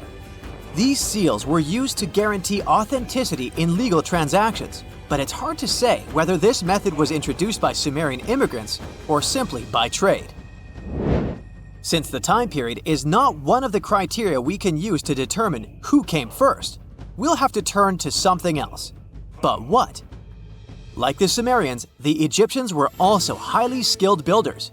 Duh, they built the famous Giza pyramids and many others all over their territory.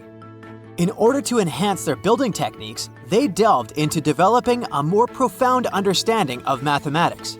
They developed a new form of measurement called the cubit, which was the equivalent of an arm's length. The Great Pyramid, for instance, is 440 cubits per 440 cubits. They were also innovative astronomers, combining their mathematical skills with attentive astronomical observation. They were the first civilization to use a 24-hour division of the day. And they even created a solar calendar, which was the first dating system in history to feature 365 days in 1 year. Okay, it's undeniable how impressive they were. But some experts say that the dispute has to be settled through the comparison of their writing systems. Hieroglyphic writing, the first Egyptian style of writing, is said to date back to 3000 BCE. It was a composition of over 700 symbols, which were carved in stone. For a long time, researchers believed that the Sumerian writing had come before Egyptian, but in a recent discovery made by Yale researchers claims otherwise. Archaeologists have discovered a panel of 4 signs that are believed to have been written around 3250 BCE. Oh, and they've also found another rock drawing depicting a pregnant elephant that can date back to 4000 BCE. Now, there's also a third possibility that fewer people seem to mention: the Indus Valley Civilization, also known as Ancient India, located around the area of modern-day Pakistan and India. The Indus Valley Civilization is also a contender for the oldest civilization due to the uncertain historical origins of the Hindu collection of texts known as the Upanishads. The Indus Valley Civilization flourished around 3000 BCE, but records show that people in the Indus Valley were trading with Mesopotamians as early as 3500 BCE. Now, wait a minute. How is it possible? No, they weren't time travelers. This isn't a sci-fi movie. There already were agricultural settlements in the area that were slowly growing into bigger cities, such as Harappa and Mohenjo-daro. Ancient Indian cities were sophisticated, filled with baked brick homes built in a grid system. These ancient cities even had draining and sewage systems that connected most homes and used gravity to carry waste outside of the city. They were pretty advanced. They were also an extremely religious civilization, and Hindu beliefs were at the center of their practices. Despite that, their cities weren't filled with spiritual buildings. Actually, Mohenjo-daro's most important building was a public bath. Interesting, huh? Now, why can't we know if they were the oldest civilization on Earth? Even if some historians suspect that the origins of the Indus Valley people can be traced back to 5000 BCE, there is no concrete evidence of this, only speculation. The best proof we have is the Upanishads. The Upanishads are texts filled with philosophy, mantras, and ceremonies. The thing is, part of Hindu practices included memorizing and passing down the wisdom of the Upanishads in oral form. So, it took a while before it appeared as a written script. Well, I'd say historians aren't really sure what was the world's first civilization. We can only guess at this point, but who knows what new discoveries might reveal. Scientists discovered something Atlantis-like near Australia. There used to be an entire continent that's now underwater. Here's what happened to it. Around 70,000 years ago, during the last ice age, there was a huge landmass called Sahul. It was located in the southwestern Pacific Ocean. This ancient supercontinent connected what we now know as Australia, New Guinea, Tasmania, and the Aru Islands into one giant piece of land. Imagine lush tropical rainforests surrounded by beautiful mountains. Sahul's tallest mountains were in the New Guinea highlands, with peaks reaching over 13,000 feet. This beautiful place was home to a variety of unique animals, most of which were pouched creatures. But back then, they weren't just koalas and kangaroos. Sahul was filled with different types of grazers, burrowers, scavengers, and predators. It was home to a huge diprotodon, a powerful hunter Thiosolio, and a horrifying Megalania, a creature that's much larger than any living lizard today. It was a unique place because the rest of the world was filled with placental animals at the time, like wolves, elephants, and humans. In Sahul, the only normal mammals were bats and rodents. But not all its parts were the same. The Timor, Arafura, and Carpentaria regions were covered by hot savanna and dry forests. It looked kinda like modern Australia. Hot air deserts with scrubland, steppe, and temperate forests along the eastern coast. Back then, people were migrating all across the world. They made an incredible journey from Southeast Asia to Sahul and first arrived here from 60 to 45,000 years ago. They mostly traveled by foot and crossed the sea using bamboo rafts and simple boats. They came there from an ancient landmass called Sunda, which includes parts of Southeast Asia. They traveled across a series of islands known as Wallachia and eventually spread across Sahul. And it wasn't a small journey. Sahul was huge, around 4.1 million square miles. That's bigger than the USA or Canada. It stretched from the equator to around the southern part of New Zealand. So they arrived in what is now Australia and became Australia's first people. Scientists think that Sahul had a population of 500,000. We've discovered cave paintings that date back around 40,000 years. It's a hunting scene depicting an anoa, or miniature buffalo, facing figures of humans and animals. Researchers are trying to figure out how these early settlers moved across Sahul and where we might find archaeological evidence of their journey. To do this, they created a landscape evolution model. The simulation showed how Sahul changed between 75,000 and 35,000 years ago. It showed potential migration routes and archaeological sites. Humans likely traveled along coastlines and rivers. But how did Sahul get submerged off the coast of Australia, similar to the mythical Atlantis? During the last ice age, much of the Earth's water was locked up in large ice sheets and glaciers. The sea levels were much lower than they are today. After that, the global temperatures increased. The ice sheets melted and the sea levels rose, flooding the land bridges that once connected different parts of Sahul together. About 8,000 years ago, New Guinea separated from mainland Australia, and then, about 6,000 years ago, Tasmania did the same. We still can explore the underwater parts of Sahul thanks to new technology. Divers explore and collect samples directly from the ocean floor. Underwater drones can go to places that are too deep or dangerous for humans to explore. And with sonar mapping, scientists use sound waves to create maps of the ocean floor. It's like using an echo to see what's underwater. The sound waves bounce off the seabed and come back, helping us create a picture of what it looks like.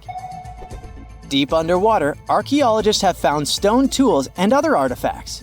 They also discovered fossils of animals like Diprotodon and Thylacoleo. By studying the underwater terrain of Sahul, they learned about the ancient rivers, lakes, and coastlines that existed during the Ice Age. But Sahul isn't the only underwater continent.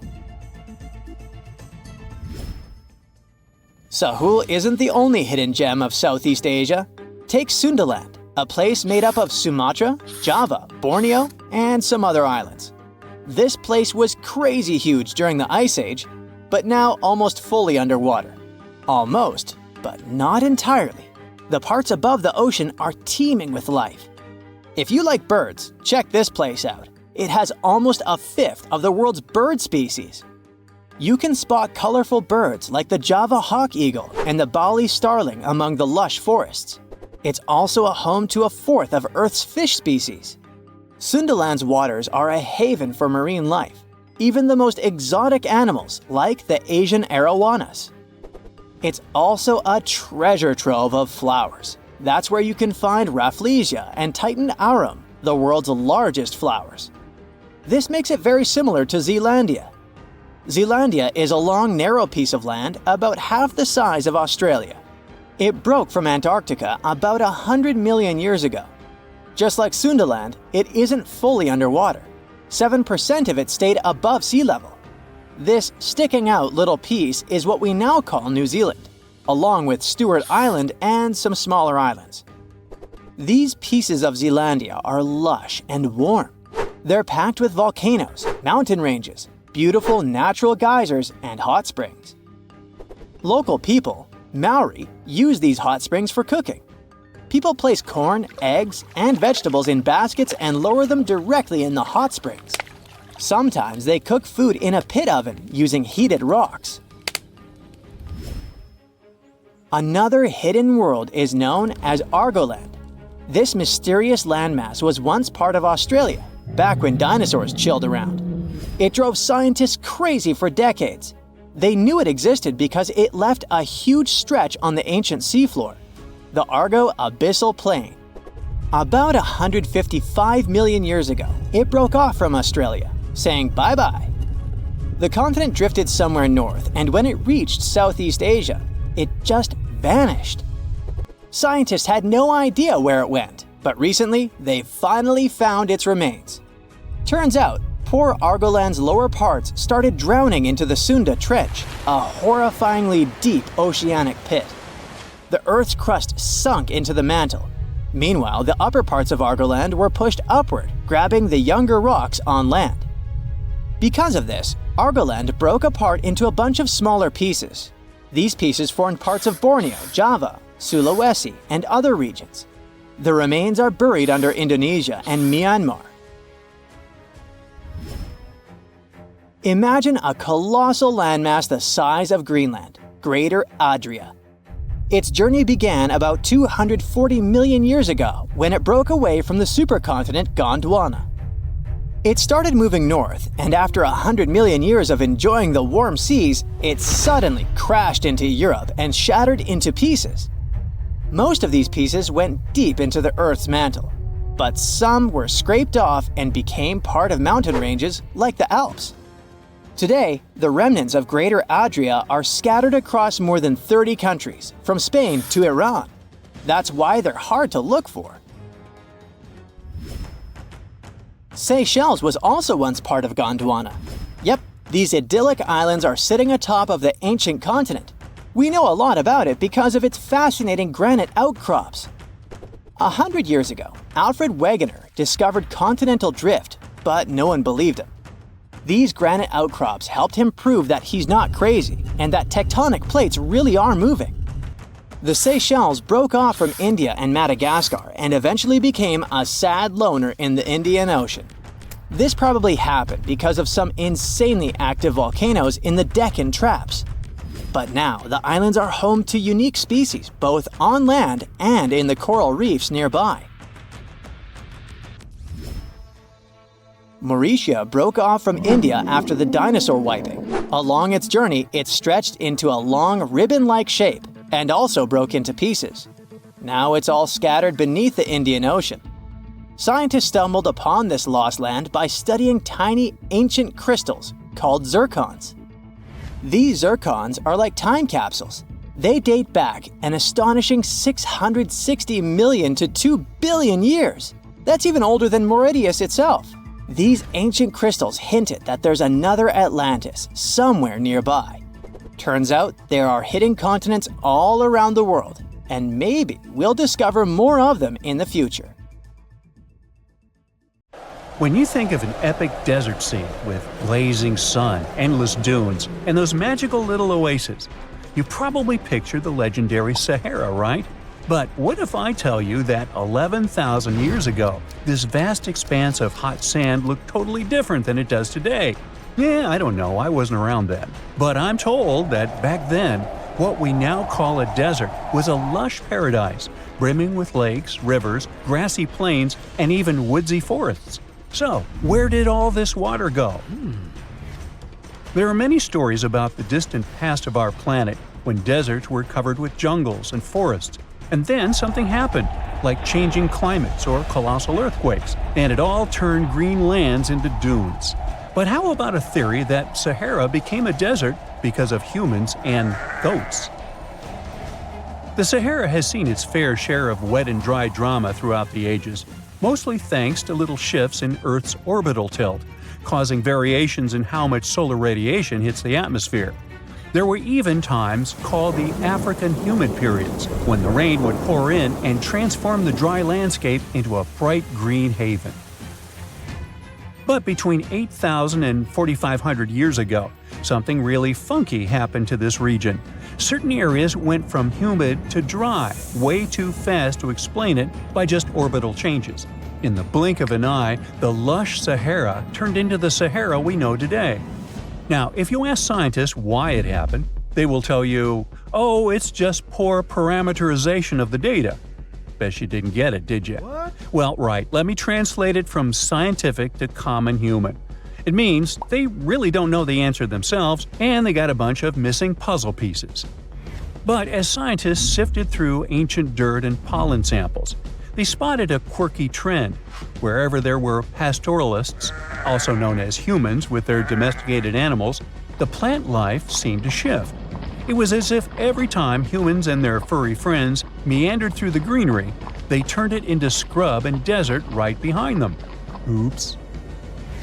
Yep, chances are that by overgrazing, humans were sapping moisture out of the atmosphere, since plants give off moisture, which helps make clouds and making things even sunnier, leading to a quicker end of the humid vibes. Plus, our ancestors may have been getting a little too cozy with fire for land management, further speeding up the desert takeover. Anyway, scientists are sure that this lush Sahara would have turned back into desert eventually, even if humans hadn't shown up, thanks to Earth's natural rhythms. So there's no need to pin this abrupt change solely on humans. It could simply be about nature getting feedback from vegetation and dust cycles. It's difficult to determine what caused these changes, as it's all interconnected. During the last humid period, the Sahara was filled with hunter-gatherers. As things got a little drier, they started herding animals for food.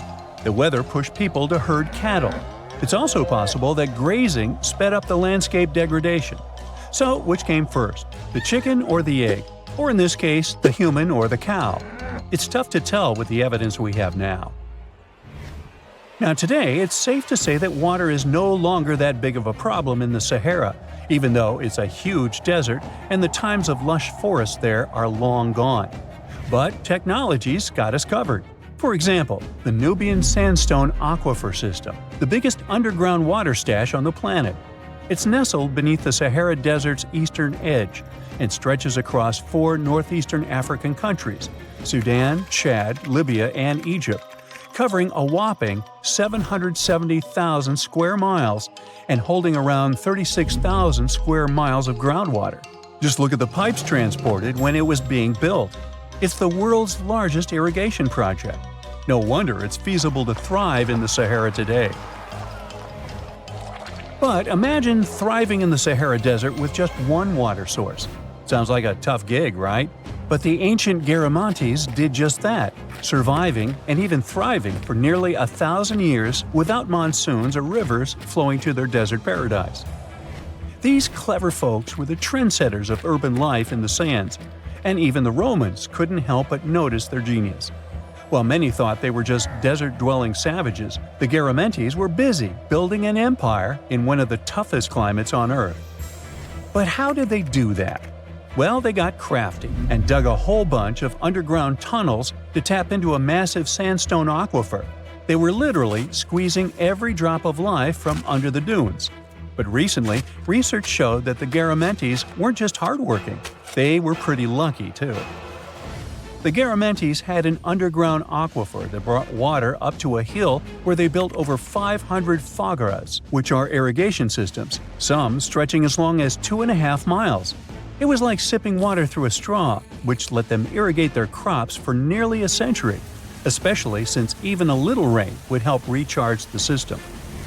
But eventually, due to rain insufficiency, the aquifer ran low, and reaching it again would have meant digging more tunnels and relying on more people. That's a tough problem, considering these people were in the middle of food and water shortages. Guess I don't need to tell you what happened to the Garamantes, do I?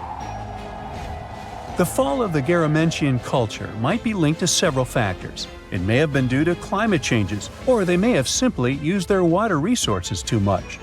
Back in the day, the Sahara Desert was actually fertile agricultural land, thanks in part to the cool irrigation system the Garamentians created. But since fossil water isn't something you can replenish over time, the groundwater levels dropped pretty low. This likely played a big role in the kingdom's decline by the late 7th century CE. That sounds like someone who hit a lottery jackpot, used up all the money, and went back to their original not-so-cool job once the bank account got fully drained. Oh, by the way, even if the Garamantes left some secret wisdom messages for us, the chances are we'll never get what they wanted to tell us. Nobody really knows what language they used, and their texts are nearly indecipherable to us today. But let's go back to the Green Sahara. So it transformed into a desert about 4,500 years ago. But today, we can understand how people lived in those times in the Sahara thanks to natural parks in Africa that have the ultimate outdoor art gallery. There are well over 15,000 ancient paintings and carvings depicting everyday life from around 11,000 years ago. However, if the carvings aren't enough for you and you feel like visiting an actual green desert, all you have to do is book a flight to California. One of the most beautiful phenomenon in the world, the superbloom, takes place here. Look at all these colors – orange, green, pink. It's a miracle. Wildflowers bloom right in the middle of a hot desert after several years of rainfall in dry places. It's such a bright and colorful landscape that superblooms can be seen from space. This rare phenomenon can be observed in other arid places and deserts in western and southern Africa, Western Australia, and Chile. In all these places, the weather is very hot and dry in summer. Mild humid air comes in winter, and this is the ideal environment for mass flowering. Flower seeds that lie in desert sands can wait for decades before starting to produce flowers. When the hot sun destroys all the weeds and grass, and the rainfall becomes enough to moisten the soil, the seeds are kind of like, well, okay, now it's our turn to play a big game. And then hundreds of thousands of tourists come to take photos and post these beautiful pictures on social media. And this, unfortunately, is one of the main dangers for flowers. Therefore, if you find yourself in a place like this, don't pick the flowers and don't trample on them. Stay on the path, don't litter. Take only pictures and leave only footprints. You get it? Good. There are many miles of undiscovered areas beneath the crust we can't even come close to. Scientists found what appears to be underground mountains buried inside the mantle. Our planet is divided into 3 layers: the crust, the mantle, and the core. The crust is where 8 billion people, trillions of trees, and millions of animals live and thrive. There are also different types of crust in the land and the ocean. The oceanic crust contains unique rocks and is denser than the land crust. We all see how the Earth is divided and color-coded to show the crust, mantle, and core in textbooks. But there are also special layers in between that not everyone talks about. The mantle is divided into the upper and lower part, which is the transition zone. Since the mantle acts as the geological recycling center, the plate tectonics don't only move side to side, but up and down. It's actually why all the volcanoes appeared. The magma spews out to the surface or even underwater, and then sinks back down and repeats. The transitions go down 250 miles and then 410 miles. And in this bottom layer, scientists keep discovering the hidden landscapes. The mountains in the mantle are more rugged and much larger than the ones on the crust. Scientists found a mountain range with peaks higher than Mount Everest. Some of them are as high as 600 miles. When the continents were still landlocked together, there may have been some hidden lands now underwater. Theories suggest that Iceland used to be part of a larger microcontinent, Icelandia, which connected present-day Iceland with Greenland and Scandinavia. The idea digs even deeper to a greater Icelandia, which includes Britain. But after the split, these bigger lands sunk with everything in it. There are also theories about New Zealand being part of Zealandia, a hidden microcontinent within the same region. So it could be that these mountains used to be part of old Earth that are underground over the billions of years of natural occurrences, but still it isn't very likely. One theory is that these underground mountain ranges could be leftover slabs of rock that descended from the surface to the transition zone from the moving of the tectonic plates. As they sink, the large pieces break down into smaller ones, and as they compile over the millions of years, they form what appears to be underground mountains. Since the mantle is the geologic recycling zone, it's likely that the rocks down there used to be part of the surface. They weren't large pieces of land that got hidden, just like dogs hide bones in the garden, but it takes way more time to hide mountains. Some parts of the mantle appear to be smooth, while others aren't so much. The parts that have a cluster of rocks could contain hidden elements in the underground mountains. The smoother parts don't have much seismic or volcanic activity, while the rough parts do. The best way to study those underground landscapes is to wait for an earthquake or a volcano eruption to happen. Seismologists can observe the Earth's interior with special scanners, just like doctors use ultrasound to examine a patient. They can even see minor details and not huge chunks of rocks. A strong enough earthquake can send shock waves to the Earth's interior, even through the core and back up to the surface. Depending on where they occur, seismologists can observe and study the intensity of the waves as they move back and forth. On smooth rocks, the waves can travel in a straight line, but once they reach a rough area, the waves tend to scatter. The temperature and composition of the materials can make the waves move faster or slower. But this info isn't exactly accurate and won't contribute a lot to the actual data of the underground mountains. So by analyzing the scattered waves on ships, and utilizing the Earth's magnetic field, scientists can figure out everything they need to know. But these studies are only good enough to figure out the interior in today's state, not how the Earth changed over the past 4.5 billion years. However, scientists are certain that mantle material still dates back to the beginning of Earth's original formation. The question, why not just dig a hole to the center of the Earth and see what's going on down there, might seem logical. The deepest hole humans have dug so far is the Kola Deep borehole in the Russian Arctic that goes more than 40,000 feet deep. The locals claim they can actually hear screaming coming from below. It took almost 20 years to drill as far as they went, but it's literally merely scratching the surface of what's underneath. They dug about 1/3 of the crust, which is only 0.2% to the center of the Earth. Getting there is beyond us, just like trying to reach the sun. No human can handle the amount of pressure down there. Going down the Mariana Trench, the Earth's deepest point, requires special gear to withstand all the immense pressure. It'll cost a fortune to build that tech to get us to the center of our planet. Evidence of diamonds buried deep in Brazil shows that everything we do on the crust's surface can affect things miles below, even towards the mantle. Scientists dug up 6 diamonds that could hold tiny mineral grains. As they're called in the mineral world, these inclusions have a chemistry composition where they originated deep in the Earth. Typical diamonds are formed at depths less than 125 miles in the upper mantle, where it's extremely hot. The high pressure and boiling temperature down crystallizes carbon and creates diamonds. But humans can't dig all the way down there. They mine them by detecting where a deep volcanic eruption happened that expelled these diamonds to the surface. These eruptions occurred millions of years ago, when dinosaurs used to rule the Earth. They shot out the diamonds that were in the mantle and are now embedded within the cooled down volcanic material. That's where people mine them.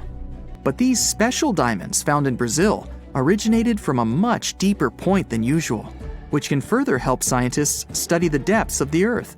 They can extract these inclusions and analyze them in a lab to tell where exactly these minerals come from.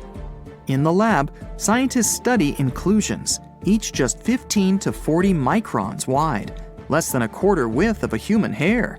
They found out that they contained many types of minerals found in volcanic rock on the surface.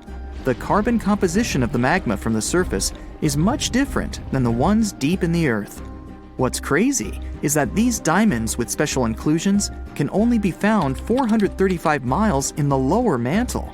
With only a few samples of them found, we don't know what else lies beneath us. It's possible that those mountain ranges underground, taller than Mount Everest, can have traces of diamonds all around, which would prompt excavators to dig them up and saturate the market with them. These diamonds are less flawed than the usual ones and might even come in many sizes.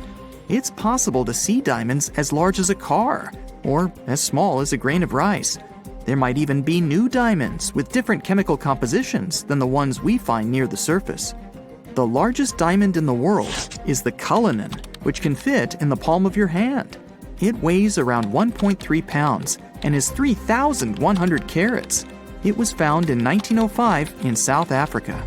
For anything to exist on Earth, you need carbon. In a nutshell, the carbon cycle is when plants and algae release carbon dioxide into the atmosphere or dissolved in water through photosynthesis. It's converted into carbohydrates and stored as fat. Later on, carbon dioxide is released into the atmosphere through breathing, which the plants benefit from, and the cycle goes on.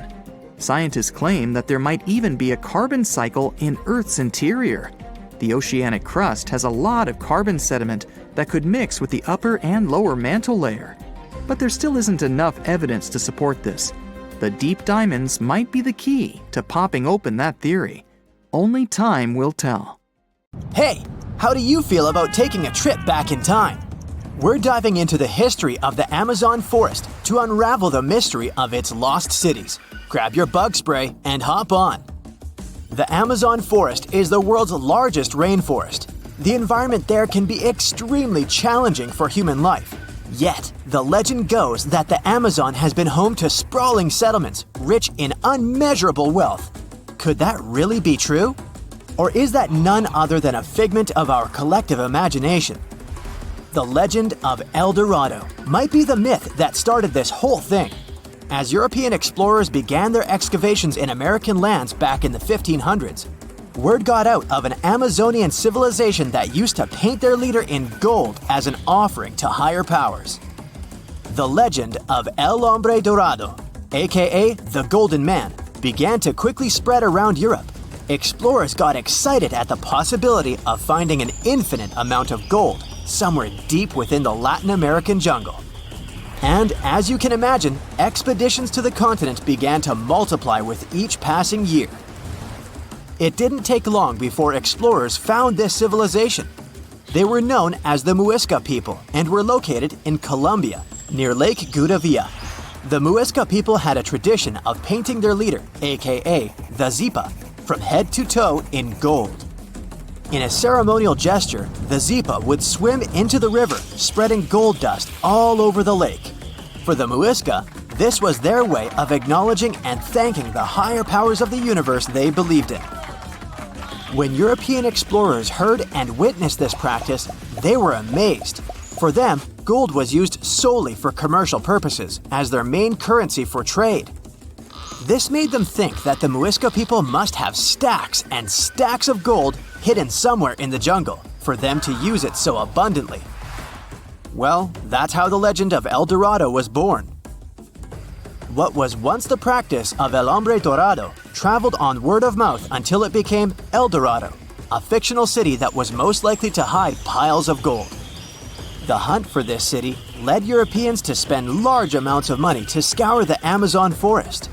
Unfortunately, all of their expeditions came back empty-handed. That is, if they ever came back at all. Now, jump to the beginning of the 1900s. In England, the Royal Geographic Society, a prestigious British institution, was looking for somebody willing to travel down to Latin America to trace the border between Brazil and Bolivia. More specifically, the part of the border that is nestled deep within the Amazon rainforest. One Sir Percy Fawcett was a Latin American aficionado, and he gladly volunteered to do the job. Oh, it's important to note that the Amazon forest is virtually the size of the continental USA. It sprawls across 8 countries, including Brazil, Peru, and Bolivia. And trust me, getting around is no easy feat. The jungle is covered in dense vegetation, and in addition to that, it's home to insane predators such as anaconda snakes, panthers, crocodiles, piranhas, and so on. But despite all that, Fawcett was very successful in his mapping adventure and seemed to be wanting to come back more. Back in England, Fawcett would scour diaries from other explorers hoping to learn more about the ancient Amazonian civilizations. He would read about the Incas and the Mayans and the great empires they built. He believed that if the Incas were capable of building empires that stretched over 2 million square miles, this could mean that other Amazonian civilizations could have thrived there too. During his research, Fawcett came across a report from a 16th century explorer. The report told of a city deep within the Amazon forest that held unimaginable quantities of minerals, a town that stretched for 15 miles without any space from a house to house. This report fueled Fawcett's imagination to a new extreme. From then on, he became obsessed with finding what he called the lost city of Z.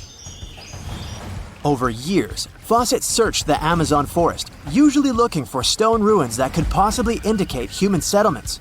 On his later expeditions, he focused on exploring the state of Mato Grosso in central Brazil. He would travel from Europe and into the lower region of the Xingu River. The trip to the Xingu would take him around 14 days on foot.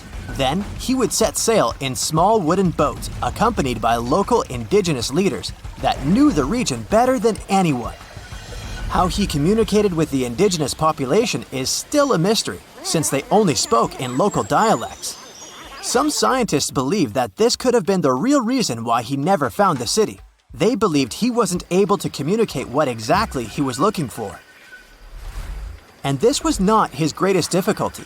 As we've said before, Amazon is not a kind place for its visitors. In his diaries, Fawcett tells of encounters with a 60-foot-long anaconda, which he bravely survived.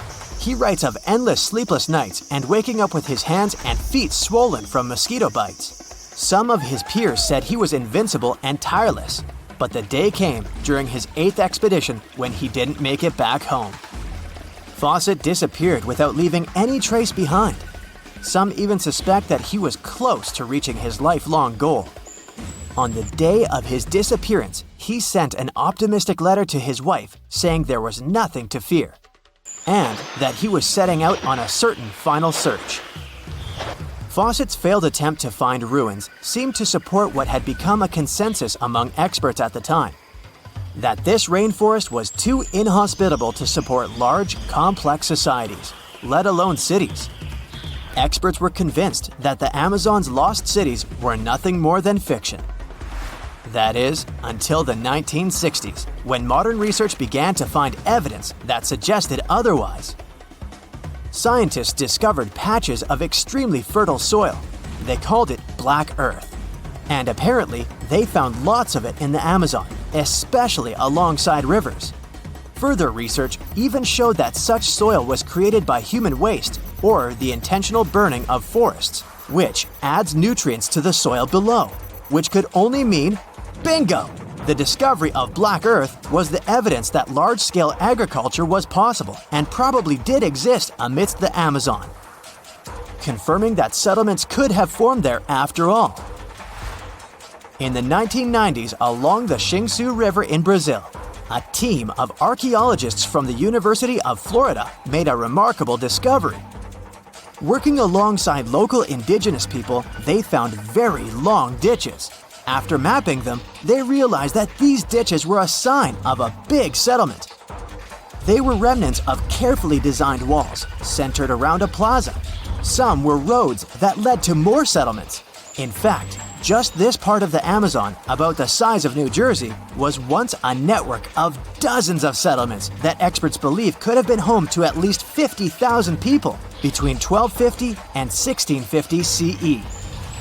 Other discoveries were possible thanks to LiDAR imaging, a type of technology that allows researchers to take satellite pictures of the forest's ground without having to step inside of it. A network of trenches in Acre, Brazil, dates back to 200 to 1200 CE. These suggest settlements that could have supported 60,000 people. Other images from near the Xingu River suggest cities that could have housed about 50 million people. These were the lost cities of the Amazon. Believe it or not, these images suggest that Fawcett was very close to a major discovery. He was looking for the ruins in the right place, but he was looking for the wrong thing. Unlike cities such as Cusco, which used stone as their primary material, Amazonian settlements used wood and earth to build their cities. These materials are highly deteriorating and probably decomposed over time.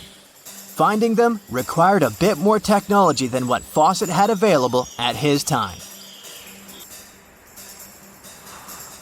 In 1850, French scientist Auguste Mariette went to Egypt looking for manuscripts, but accidentally found a head of a sphinx sticking out of the dunes. He cleared the sand and figured out the sphinx was guiding the entrance to some underground construction. Several months later, he finally entered the Serapium of Saqqara. Inside, he found an enormous granite sarcophagi with remnants of 64 bulls. Scientists are still amazed by the tech that the ancient Egyptians used to transport those enormous boxes. The Serapeum was built around the year 3000 before the Common Era. It was an underground tomb built to honor the sacred Apis bulls of ancient Egypt. It had a long hallway, almost 500 feet long, with giant stone rooms on both sides. Some of the sarcophagi weighed as much as 50 average cars, and all of them were made with super precision, with exact 90-degree angles. These sarcophagi were beautifully decorated with hieroglyphs and carvings that told stories about the lives and importance of the Apis bulls. Now, there are 24 sarcophagi left. In ancient Egypt, Apis bulls were very special animals connected to the deity Ptah. They thought the bulls carried Ptah's spirit and wisdom, helped the pharaoh, and protected the Egyptians. Priests looked for special markings on young bulls to find Apis bulls. It could be a white triangle on its forehead, which symbolized divine light, a shape on its back like a vulture's wing, and a scarab shape under its tongue, which stood for rebirth. If a bull had these signs, they believed it was chosen by Ptah and treated it like royalty. The chosen bulls lived in a special temple in Memphis, the city where they worshipped Ptah. They received the best care and offerings from visitors who wanted their blessings. When an Apis bull passed away, it was treated with great honor and mummified. When Mariette entered the Serapium, he noticed traces of rollers on the gallery's floor and found 2 wooden horizontal winches. Each had 8 levers. Later, other explorers saw double rails. The burial chambers were lower than the hallway floor. To get the boxes into place, workers filled the chambers with sand so the sarcophagi could be rolled in straight. Then they slowly removed the sand to gently lower the boxes into perfectly cut spaces in the bedrock. A carved stone sign found in the Serapium said it took 28 days to move just one sarcophagus and its lid into its spot during the time of Ptolemy II. The extreme precision of the sarcophagi with 90-degree angles also has an explanation. Ancient Egyptians wrote texts, or rather, papyrus, on geometry a long time ago. It shows that they knew the approximate number pi and could calculate the volume of a pyramid with its top cut off. If they could figure out complicated math like that back then, it makes sense that they could also carve perfectly flat surfaces 500 years later. All this sounds pretty legit, but some people think certain things don't add up here. The size of boxes is way larger than the size of bulls, yet they buried pharaohs in tiny coffins that barely fit their bodies. The sarcophagi are made out of granite with crazy precision, and they could have just used limestone, which would have made things way easier. The transportation of the boxes seems pretty simple, but only in theory. If one person could pull about 440 pounds, then at least 250 people would be needed to pull just one box. The tunnels in the Serapium are really narrow, only about 2 feet wider than the boxes themselves. There's no way hundreds of people could have squeezed into those tight spaces to pull the boxes. And even if they did, how would they turn the box in the cramped corridor, lower it into its niche, and place it perfectly in the middle? Somehow, they did this 24 times, and every box is centered perfectly. Plus, the chambers were dusty, and there were no signs of soot from lamps. This means they must have worked in almost complete darkness. The real use of the boxes could also be different. A long time ago, even before the Egyptian pharaohs ruled, the local people already knew how to use fermentation.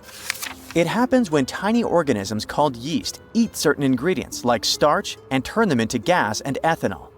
So someone in ancient Egypt probably put food like barley, bread, and even meat inside a giant stone box, then closed it tight with a heavy lid. These stone boxes, carved from granite, were so precisely made that they were almost completely sealed, so nothing could escape from it. As the yeast inside the box started working, it created more and more CO2 gas.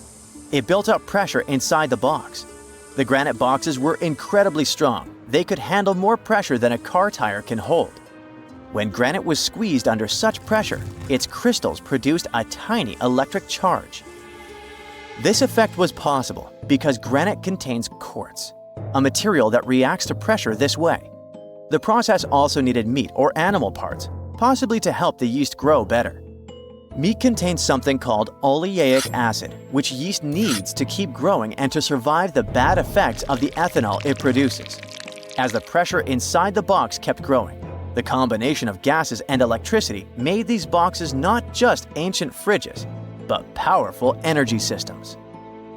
Over time, the pressure inside got so strong that it could push the lid open and the gas would escape with a pop. But when people rediscovered the Serapium in 1850, they found old drawings that showed piles of stones stacked on top of some of the box lids. So, someone long ago probably tried to make the lids even heavier by adding extra weight to make it harder for the gas pressure to push them open. This extra weight also meant the quartz crystals in the granite could keep creating more electricity under all that pressure. If someone opened one of these stone boxes thousands of years later, they would only find bones from bulls that were placed in the box. And that's exactly what Mariette discovered in the 1850s. They opened the Serapium for visitors soon after the first excavations in the second half of the 19th century. Prince of Wales even had a luncheon with his guests in one of the sarcophagi. Sands and earthquakes made the site inaccessible for a while, but now you can visit it again and try to solve the mystery yourself. With new tech, we could have answers to many other historical mysteries soon. A team of scientists at Chicago's Field Museum of Natural History recently used a special CT scanner to learn more about ancient Egyptian mummies without unwrapping them. They gently rolled 26 mummies on custom carts out to the parking lot, where the scanner was waiting. It took thousands of detailed X-ray pictures of each mummy and their coffins. When all the pictures were put together, they created 3D images that showed what was inside, the skeletons and some artifacts. The scientists hope these images will help them understand ancient Egyptian burial practices from over 3,000 years ago. Even though the scanning process only took 4 days, it might take 3 years to study all the data. But scientists were able to learn some personal details about the mummies. One of the most popular mummified individuals at the museum, Lady Chineta, was a woman who lived in ancient Egypt about 3,000 years ago. It looks like she passed away in her late 30s or early 40s. To make sure her body looked complete for the afterlife, embalmers put stuffing in her neck to keep it from collapsing. They also placed artificial eyes in her sockets, so she would have eyes in the next world. She was wrapped in fancy linen and placed in a beautifully decorated coffin. The scans revealed that it had been carefully crafted with a slit at the back, which embalmers used to fit the body. There were also some artistic details on the surface, like markings for her knees. It looks like her burial was on the scale of a high-end luxury car. 1,000 years ago, near modern-day St. Louis, Missouri, there was a vibrant, bustling city called Cahokia. It was a Native American city, the largest and most influential one in Mississippian culture. At its peak, around 1050 BCE, Cahokia was home to as many as 30,000 people, making it larger than Paris at the time. But what's interesting is that Cahokia didn't have any big marketplace. Usually trade was the backbone of any big city, yet this one stood out for archaeologists. That's because Cahokia wasn't about commerce. It was about culture, community, and parties. The people who lived there threw massive parties that would last for days. The city's grandest feature was its 50-acre plaza, surrounded by amazing earthen pyramids. This massive space could hold over 10,000 people. Imagine them all gathering there for festivities, dancing, drinking coffees and teas, feasting on deer, and betting on sports. The events were super lively. Cahokians would wear awesome costumes, style their hair in interesting ways, and decorate their bodies with tattoos. Athletes were playing a game called chunky, where they hurled spears at a rolling stone disc, competing to get as close as possible. The roar of the crowd filled the air, and performers showed off their skills.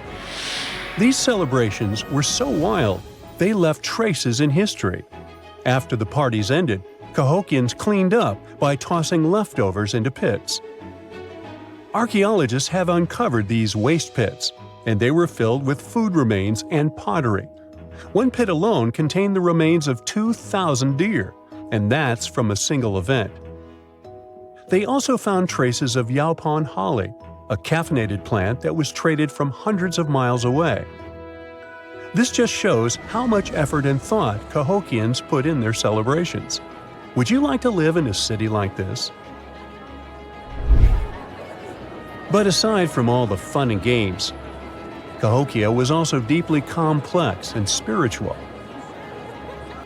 The city was built on a landscape that mixed dry land with swampy patches. Many people believe that this symbolized the connection between the world of the living and the dead. The people of Cahokia saw their city as a bridge between these two realms. They built earthen mounds, both for ceremonies and rituals, and as construction support. These mounds rose from the swampy areas. Meanwhile, people settled in the drier spots. Elevated pathways connected these neighborhoods, creating a physical link between life and death. Isn't it sad that some ancient metropolises that rival modern cities in scale just disappeared? Cahokia's story came to a quiet end around 1350 CE, when the city was abandoned, all due to changes in environments and weather, floods, and other problems. But the influence of Cahokia was so big, it spread to distant places. Some of their traditions, like Chunky and Yaupon tea, have survived in native communities to this day. Today, Cahokia is a UNESCO World Heritage Site, and it's not the only megacity we lost. About 5,000 years ago, people in the Indus Valley built some of the world's first cities. Mohenjo-daro was an ancient city in what is now Pakistan. The city was built around 2500 BCE, and back then it was a thriving hub of the Indus civilization. Sure, it was much smaller than modern cities, but it was quite huge at the time, around 40,000 inhabitants. It looks like the locals were crazily strict and disciplined people. The city's planning and organization were incredible. It was laid out in a grid pattern. Streets and important buildings aligned along the north-south axis, probably to match the movement of the sun and moon. They also built one of the most advanced systems for water and waste management of their time. The city had about 700 wells. Nearly every house had its own. Most homes also had private bathrooms with drainages and even underground sewers. This shows how skilled these people were at staying clean.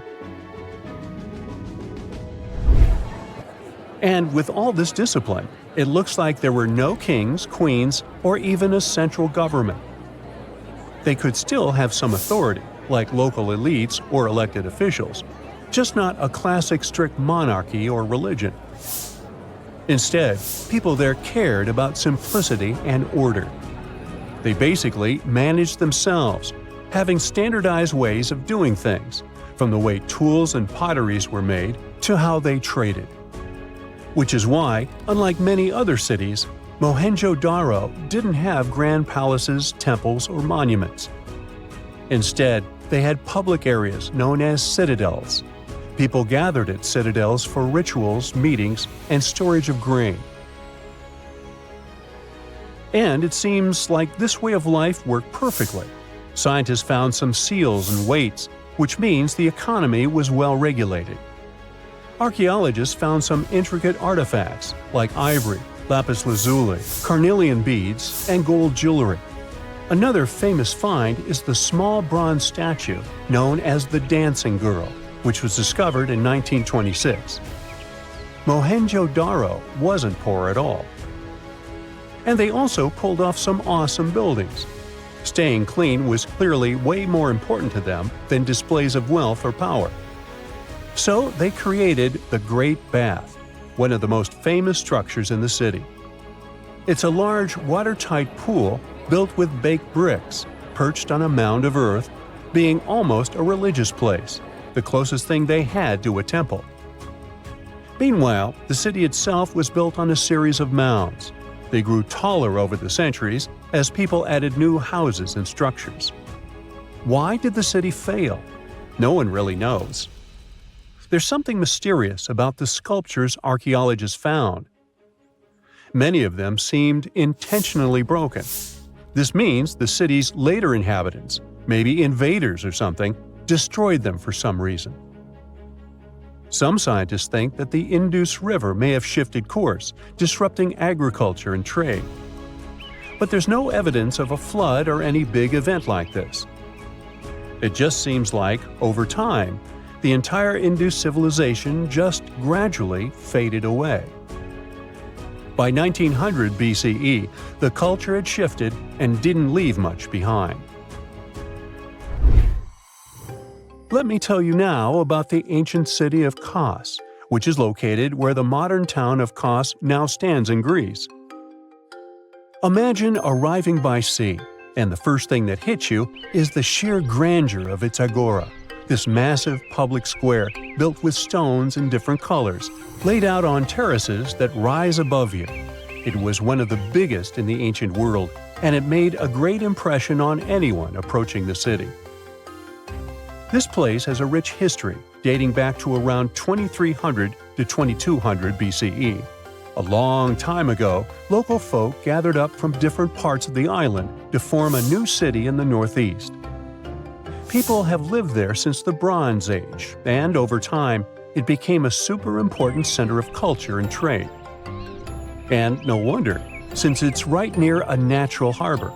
The harbor was sheltered by two breakwaters, and people built some of the most important religious sites there, including the sanctuaries of Aphrodite and Hercules.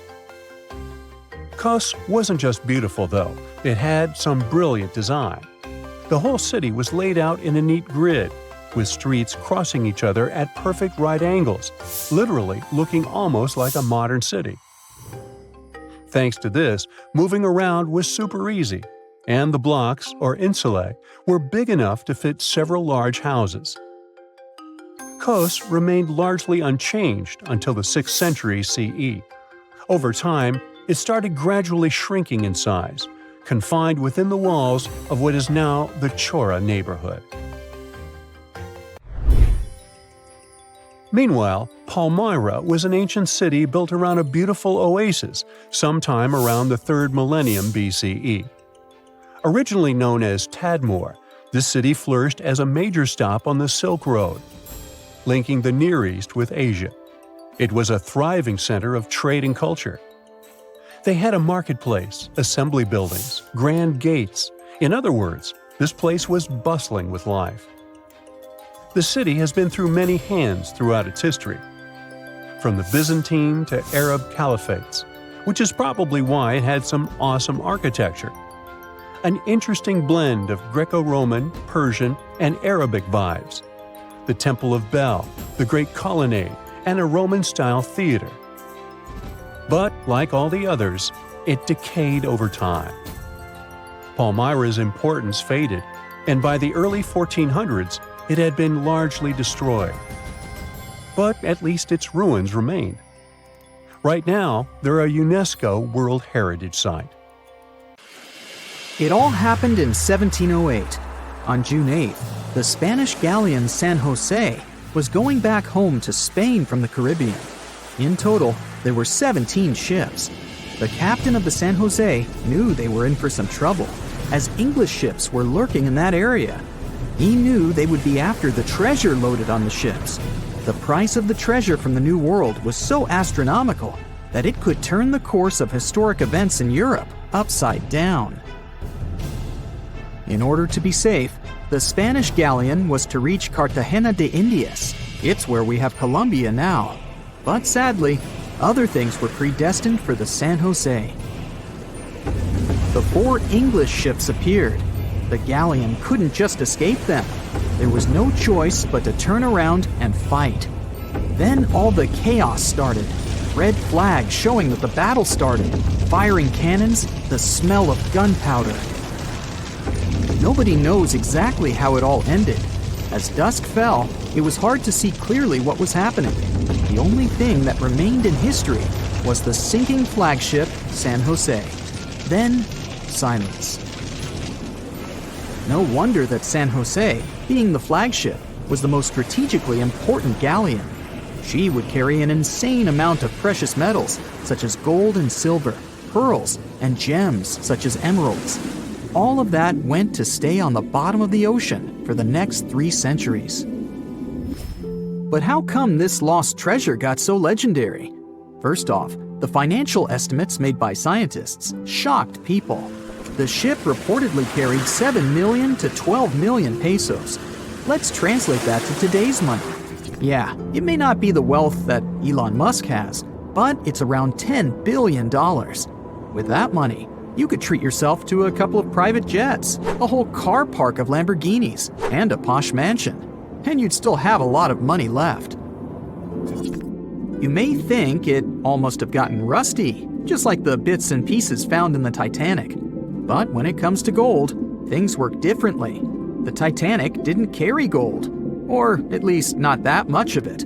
The jewels that were on the Titanic were personal belongings. And the cool thing about gold is that it never reacts with oxygen. It means that real gold won't rust or tarnish. So if your golden necklace got somewhat darker, it's a telltale sign it's not pure gold. It's an alloy, which is also cool, by the way, as you can easily clean it. Going back to San Jose's lost treasure, the golden coins there, even over 300 years later, were supposed to look the same way as the day they were minted. Now, going back to the place where the ship supposedly sank, remember I told you the captain wanted to go to the shore where Colombia is today? Well, on December 4th, 2015, the ship was indeed found in the waters of Colombia. As with many other important things today, the world learned about it from a tweet. It was sent by the Colombian then-president Juan Manuel Santos. People have been looking for the San Jose for decades, and once it was finally found, it only got more popular, and even more myths about it began to appear. One of the legends was told by Señor Santos himself. After the wreck had been found, there was a short radio interview. Thing is, the discovery was pretty unexpected. Many people spent a lot of time and effort looking for that wreck, and many of them even gave up hope of ever finding it. Juan Manuel Santos told a story about how the wreck had been discovered. There was an official event outside Colombia where he was accosted by a man. He looked like the famous writer Hemingway. He sported a white beard and had white hair. The only thing that Hemingway-looking man wanted was 2 minutes of Santos's time. The president conceded and listened to the man. What happened next was unbelievable. The man pulled out an antique map, more precisely, a carefully framed copy, and told the president that no one else knew about it. The man pointed to one exact spot. He said that it was the exact location of the treasure, and that that place didn't appear on any other map. He guaranteed that he knew where the treasure was. The story sounded crazy and swashbuckling. Whoever that man was, he turned out to be right. His identity remains a mystery for everyone, but somehow that man found the funding, determined the area to be inspected, and even made his way to meet the president. Right, the San Jose was stuffed with gold, and whoever found it would get filthy rich for the rest of their life. But let's face it, there's no way an ordinary person could ever discover such a treasure, as it requires too much effort and too much funding. But what if you're into treasure hunting and you want to go and find some treasure chests somewhere? Well, I guess I have a story about ordinary people looking and even eventually finding real treasure. Meet Forrest Fenn, an eccentric millionaire who hid a $1 to $5 million treasure. The exact worth was unidentified. You see, even Mr. Fenn himself said he never tried to appraise it. Inside the chest, there were 265 American gold eagles and double eagles, ancient coins, gold nuggets, you name it. Forrest stashed the chest in the Rocky Mountains and announced the treasure hunt back in 2010. Now let's focus on a map for a little bit and see how vast the Rocky Mountains are. Basically, the treasure hunters were supposed to sweep the two countries, both the USA and Canada. At first, it was a small treasure hunt with only a couple of people who knew about it. But sometime later, there was pretty much a competition, as tens of thousands of people set off to look for the treasure. There was research stating that over the decade, about 350,000 people tried their luck looking for the mystery chest. To announce the hunt, Forrest Fenn used a poem made up of 24 lines. The poem had some hints in it that most treasure hunters failed to decode. It was so well hidden that it took 10 years to finally discover it.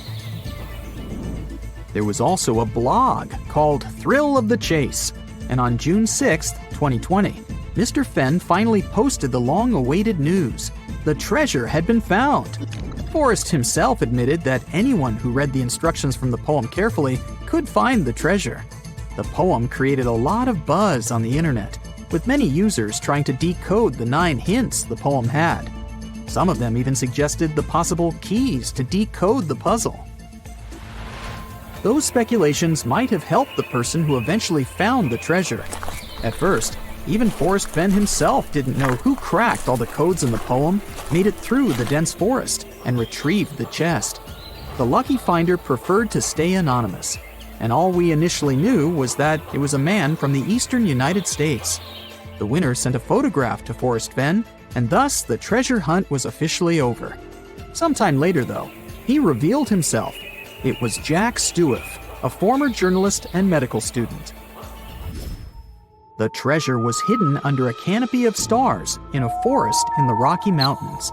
The vegetation there is lush, so the chest was hidden deep within.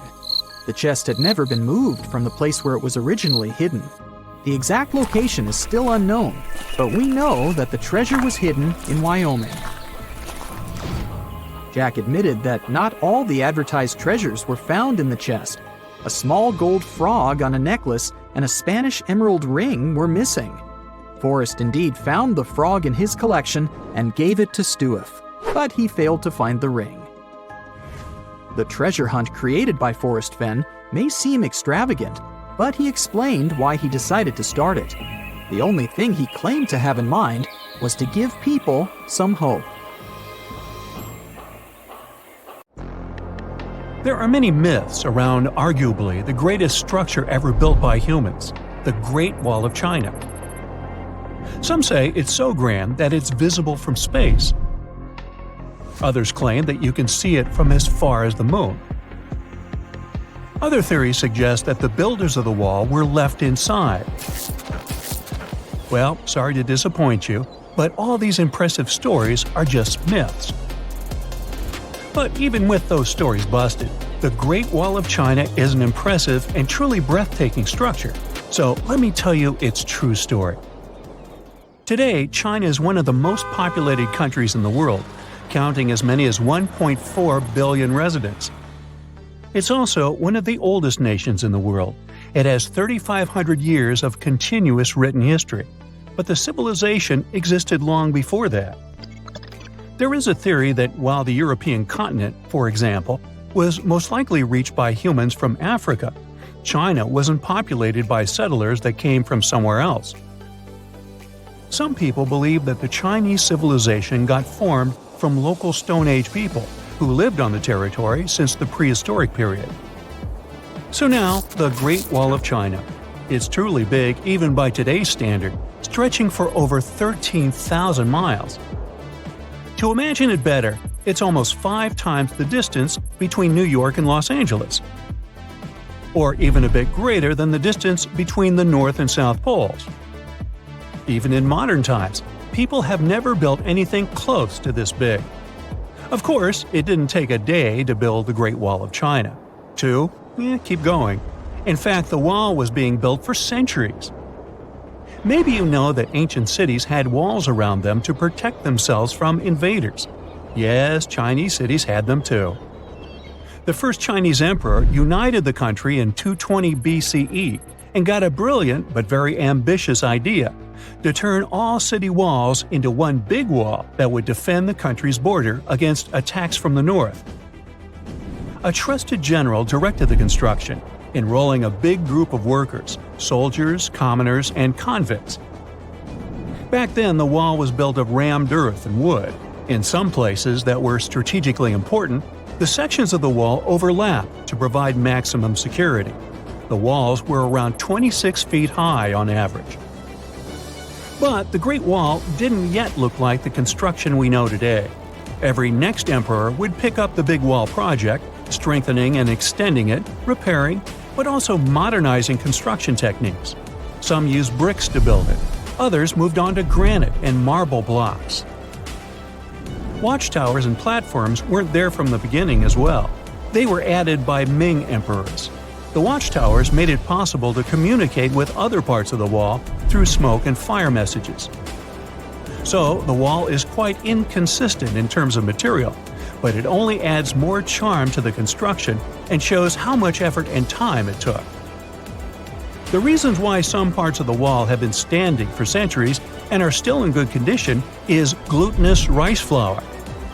Turns out, this sticky rice mortar is almost like cement. It's very strong and waterproof, sealing the bricks so tightly together that even sneaky weeds can't grow between them. You may also notice that some bricks have writings carved on them. They were left by the workers who were building the wall. The purpose of those writings is quality assurance. They contain such information as location, quantity, and responsible officials. So, in the case of some problems with the quality of materials or constructions, it would be known who should be held accountable for it. Recently, a research group has looked through official historical documents of the Ming Dynasty that ruled China from the 14th to the 17th centuries. They came across records of secret doors in the Great Wall, so they decided to find them. They used a flying robot to capture continuous centimeter resolution photos of the wall. They photographed 90% of the wall that was built during the Ming Dynasty and discovered the remains of over 220 secret doors along the wall. Some of them have a specific width and height that allows only one person to go through. Others are large enough to allow 2 horses to pass at the same time. Why are the doors there? Well, the Great Wall's main goal was to protect the country from the enemy. Building doors that could let the enemy in would undermine the whole point of having a wall. So, of course, the doors were secret passages. They perfectly matched the surroundings topographically, and the exit on the outside was camouflaged with bricks so that it was almost completely indistinguishable from the brick wall. The wall was never just a defensive wall, and it was never completely closed. It could be opened on demand. It was also a structure used for trade and commerce, communication between inside and outside the wall, and of course, for defense and spying. Some doors were used for trade with the other side. Through smaller doors, a person would sneak out to spy on the enemy that lived on the other side. The hidden gates were also useful for a sudden attack.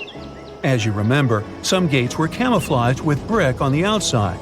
The exit was so indistinguishable that the enemy had no idea exactly where it was located. The inside entrance for Chinese soldiers was hollow, so they could walk through the wall and break the camouflaged exit gate from the inside, starting their surprise attack. Now, even though the main point was to prevent outsiders from getting into the city, the wall wasn't too effective on that matter. It could still be climbed over or marched around. So the wall was being watched at all times, and the guards gave signals to the troops if they saw the enemy approach. Also, the wall provided more time to mobilize and bulk up the country's forces or lure the enemy troops into a difficult strategic position.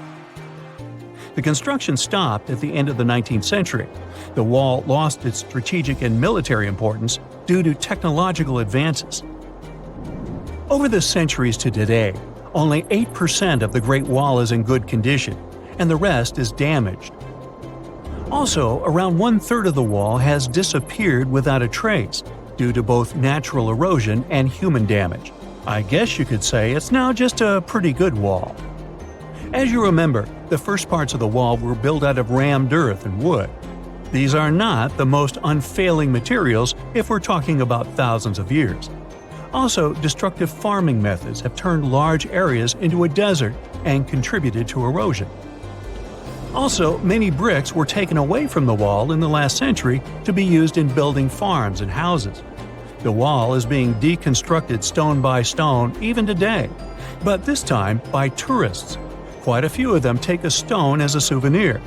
That's a total of a lot of stones, considering that over 10 million tourists visit the Great Wall every year. Since 1987, the wall has been a UNESCO World Heritage Site, highlighting that it has an outstanding importance to humanity. The wall is one of China's 56 World Heritage Sites, second place among countries with landmarks protected by UNESCO. Who's first, you ask? Well, the top spot, with 58 World Heritage Sites, belongs to Italy. And do you know that the wall isn't only a famous tourist attraction, but also the location of the Great Wall Marathon? It's a marathon that was established in 1999 and is one of the most challenging ones in the world.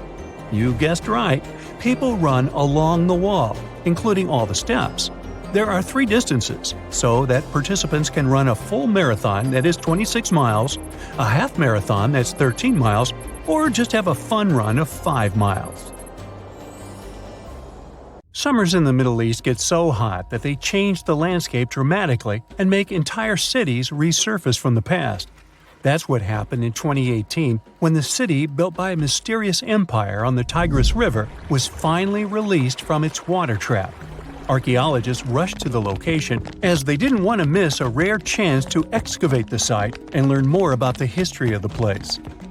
They believe they've found the Bronze Age city Zakiku, founded over 3,000 years ago and fully submerged in the 1980s when a dam was built in its place. It used to be a busy hub for the Mitanni Empire for caravans on the popular trade route. It had water, which is a rarity in the area, and it was a guarantee for success. We know very little about the once powerful empire, as scientists haven't found any written chronicles in the excavated sites. That's why the archaeologists were thrilled to find an entire palace for the local ruler. Several years later, when the area became free from the water again, they found some fortifications to protect the city from foes. The highlight of their expedition was finding a huge public storehouse for trade goods and harvests, piles of wheat and barley, and imported metal and wood. Bread was the staple food for the locals, and they also loved big pots of vegetable soups and stews for lunch. Each household kept sheep, goats, cows, and pigs, so they had a steady source of milk and meat for special occasions. All the constructions found so far were built from bricks molded from mud. The walls that were underwater for over 40 years are so well preserved as if they went down yesterday. The royal palace stands out as it's larger than the other constructions, has thicker walls, and even pavements made of baked mud bricks that were sealed to be waterproof. The local king must have been in good relations with the emperor of the larger empire, of which Zakiku was dependent. Traders who lived in the city collected wooden beams and took them to storehouses. The beams arrived down the Tigris River from the forests in the mountains in the north and east of Mesopotamia. Merchants came here to sell their goods and then crossed the Tigris on their way to the borderlands. Zakiku was thriving as a center of commerce for about 6 centuries until it was hit by a massive earthquake in 1350. Archaeologists found 5 ceramic vessels holding over 100 clay tablets made close after the earthquake. It's almost a miracle that small tablets of unfired clay managed to survive underwater for decades. People who created those must have carved notes on clay while it was still wet. They wrote about anything, from newly stored harvests to notes for other kingdoms. Then they would let the message dry in the sun. Scribes even had to learn a different language so that everyone outside the city could read it. Scientists believe the tablets they found used to be part of a private archive. They hope to decipher the notes to learn more about the history of Zakiku and the whole empire after the terrible earthquake. The damage to the buildings was so enormous that it was impossible to restore Zakiku to its former glory, and if there had been any survivors, they must have left the city. Several decades later, the Assyrians, who also lived in Mesopotamia, settled here. They built their houses on the ruins of the abandoned city and used whatever structures they could find from the previous residents as outer walls. But they stayed here only for 50 years, then decided to build a new capital on more fertile soil to make some good cash from agriculture. Archaeologists working in Zakiku had to halt excavations when the water levels went back up and covered the city. They sealed the ruins in tight-fitting plastic sheets and put stones and gravel on top. They hope it will help protect the priceless site from water erosion and prevent it from disappearing again. They realize how important water from the dam is for the region, but if it recedes again, they say they'll definitely continue the excavations. There was a bustling community in today's Taklamakan Desert in China around 1,600 years ago. It lived along the Nile River, which ran through the desert for miles and got its water from the melting snow in the mountains. After 3 years of work in the area, archaeologists and scientists managed to dig up 8 tombs in the desert. Thanks to the desert heat, the clothes and artifacts inside them were almost as good as new. The people who wore those must have lived in the ancient city of Naya. Naya used to be part of a prosperous kingdom at the heart of the Silk Road trading route and had a population of over 3,000 people. Then, desert sands went rogue and swallowed the city whole. Archaeologists only found the ruins of Nija in the early 20th century. Scientists from different countries have tried to solve its mysteries. It looks like the tombs discovered at the end of the 20th century belonged to the wealthy. There were some expensive items inside: a quiver and bow, metal arrowheads, gold earrings, and a glass bead necklace, a lacquer box with a comb, makeup, and a sewing kit in one of the tombs. There was also some silk of top quality, and even the bright colors like green and yellow haven't faded on it. The fabric also had Chinese characters with quotes from historical books, which helped scientists identify the period in which it was made. Archaeologists later found a large dwelling site and the clearing of 3 ruined buildings. It will probably take many more years to understand why the city had fallen and what happened to its people. Saudi and French archaeologists teamed up near Riyadh, the Saudi Arabian capital, and stumbled upon an ancient settlement dating back 8,000 years.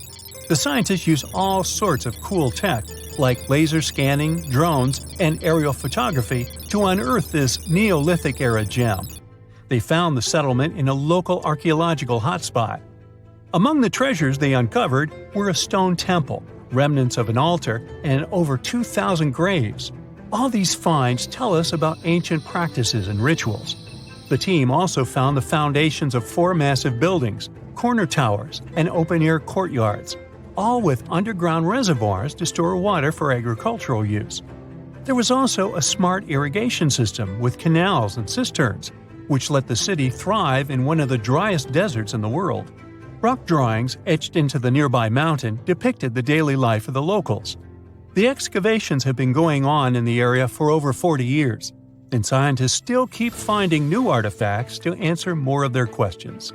Fishers have stumbled upon ancient bones, tools, and artifacts that are 9,000 years old on the North Sea floor.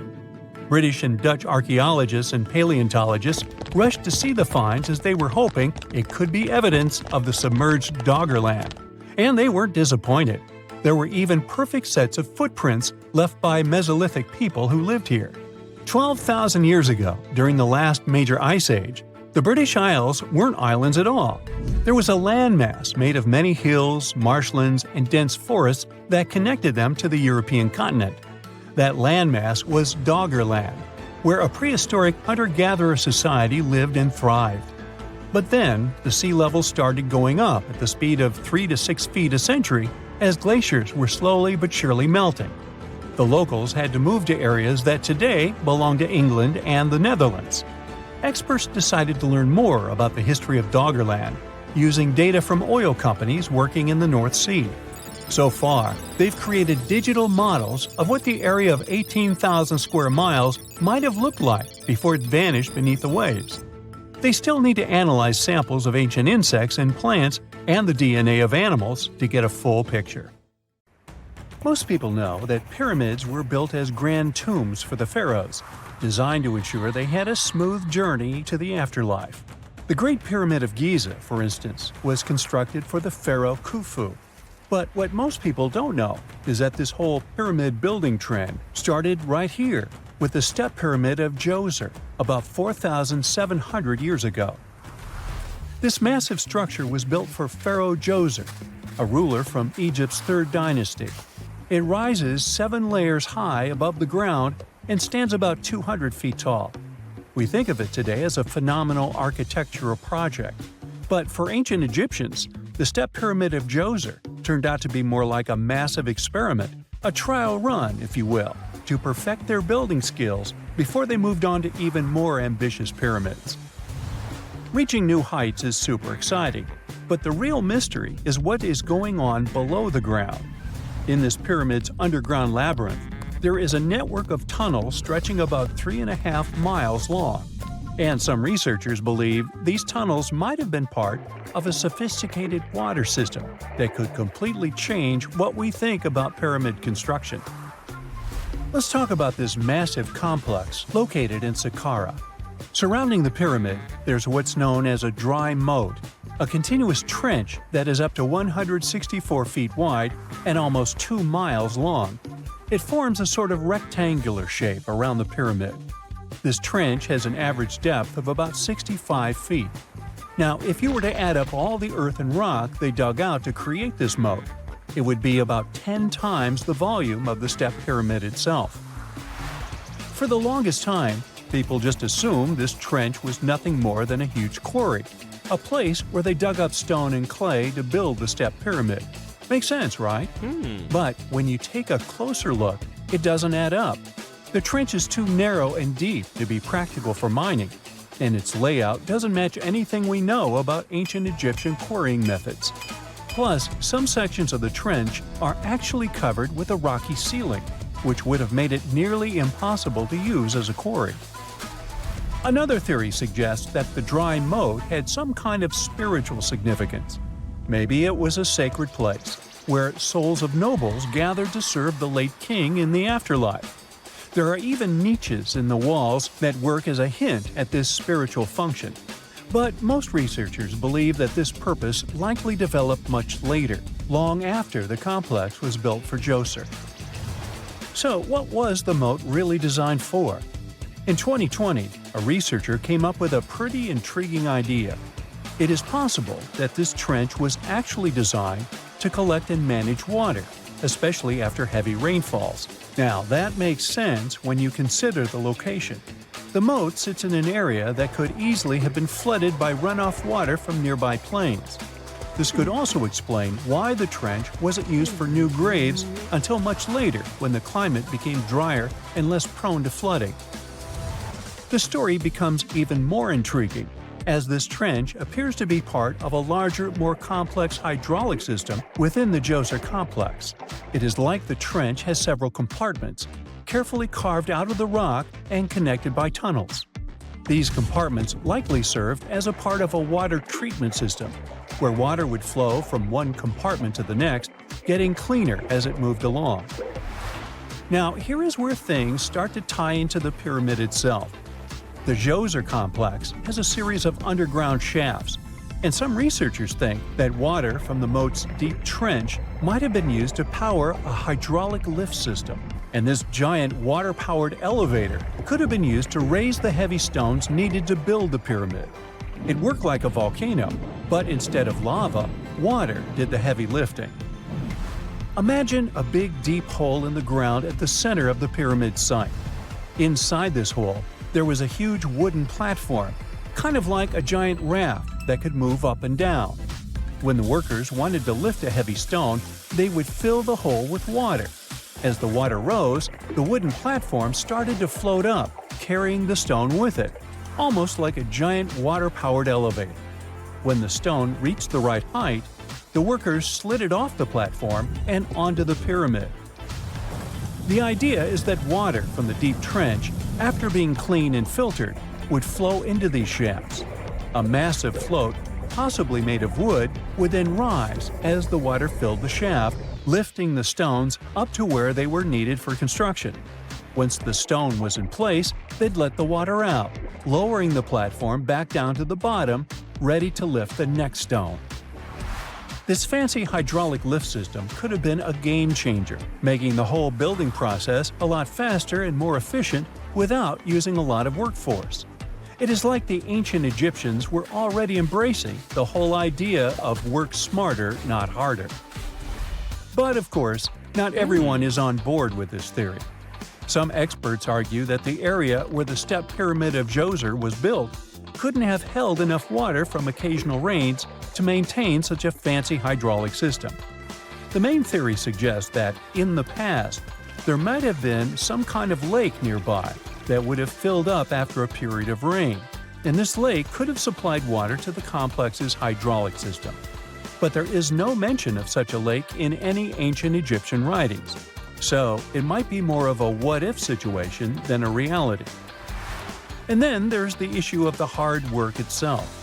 Remember when I said this method could have allowed the ancient builders to raise stones with far less effort? Well, that might not be entirely true. According to some experts, just building this hydraulic device would have required a lot more heavy work than simply moving the stone blocks using good old-fashioned manpower. And let's not forget, the step pyramid of Djoser is like a baby pyramid compared to those that came later. The stones used for Djoser's pyramid weighed, on average, about 660 pounds each, which is nothing compared to the more than 2.5-ton blocks used later for the pyramid of Chephren. If this cool water lift theory gets completely ruled out, we still need to explain how this pyramid was built in the first place. To answer that, we need to rewind a bit and talk about the original plans. See, before Djoser's tomb became a pyramid, the idea was to construct a simple mastaba. This type of tomb was pretty common in earlier periods, a flat-roofed, rectangular structure with sloping sides. But after the original mastaba was finished, they decided to expand it a bit by adding more layers on top. And then they added even more layers, until the construction reached 6 distinctive steps, each one smaller than the previous. And they probably did all this by raising those heavy stones using ramps, not a water-powered elevator. There is still so much we don't know about the step pyramid of Djoser. More research is definitely needed to fully understand how this system worked, or if it even existed at all. But the idea of using water to help build the pyramid adds a whole new layer to our understanding of ancient Egyptian engineering. It's a powerful reminder of just how clever and resourceful those builders were, using the natural landscape and the power of water to create one of the most iconic monuments in history. You are lost deep within the jungle in the Yucatan Peninsula in Mexico. There are strange noises all around you, and to make it worse, the sun is setting. Soon, you'll be alone in the middle of an unknown rainforest. Guess it was a pretty bad idea to come looking for El Dorado on your own, wasn't it? You keep walking as fast as you can, when suddenly, wait! What's this you're seeing? It looks like large stairways made out of stone. This definitely doesn't look natural, so you take a picture. Maybe you didn't strike gold, but you might have just found something relevant.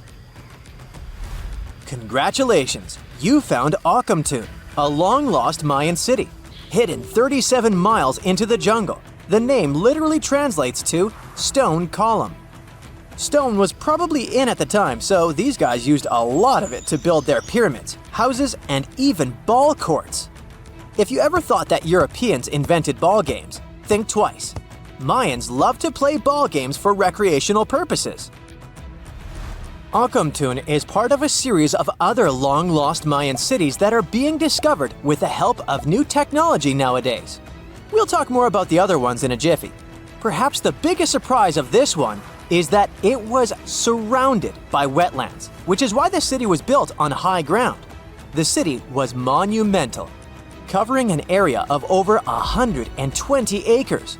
That would be as big as 90 football fields right next to each other. Scientists have found proof that Akhumtun had pyramids of up to 49 feet high, and that it was likely an important social hub between 250 and 1000 CE. This is definitely a game changer. But lost Mayan cities began to be unearthed in the 19th century. Modern technologies, such as LiDAR imaging, help archaeologists see through dense canopies of the forests. This means that people don't really have to risk getting lost in the tropical jungle like you did at the beginning of this video. LiDAR works sort of like an X-ray. It sends out laser beams that can detect any signs of ruins or ancient constructions. According to space archaeologist Sarah Parchak, satellite imagery has been a key player in discovering ancient cities in South America, Egypt, and other places. Sarah herself spends most of her days scouring images for any signs of where there could have been cities long ago. She says that more often than not, what happens is that ruins are covered by vegetation, soil, or sand, which makes them super tricky to find. But thanks to these awesome tools, scientists also made the huge discovery of ancient Mayan causeways, which spread throughout old Mayan territories. I mean, take a look at these roadways. You'd expect to see ruins like this in places such as Portugal, England, or the United States. I'm talking about 130 feet wide roads painted white to help travelers journey through the nighttime. Scientists recently unearthed a 110-mile network of roads such as these, and they think this dates back to before the first registered Mayan highways we've known so far. These roadways, which sometimes ran over the swampy ground and were even elevated at times, are being called the world's first superhighways. Even if there is no registry of animal-powered vehicles, it's believed that the Maya used them to travel around a network of possible 964 settlements. They were built like a huge spiderweb, and from what archaeologists have gathered, this huge system of roads worked to connect a big system of economic and social interactions between Mayan cities. This completely debunks the traditional idea that the Mayan pre-classic period, which dates back to 2000 BCE, was made of small, tribal settlements. Imagine the manpower and engineering ability you need to muster to build something close to these white highways. Scientists believe that these causeways were built pretty much the same way as the Mayans built their pyramids, with a mixture of mud and quarry stone.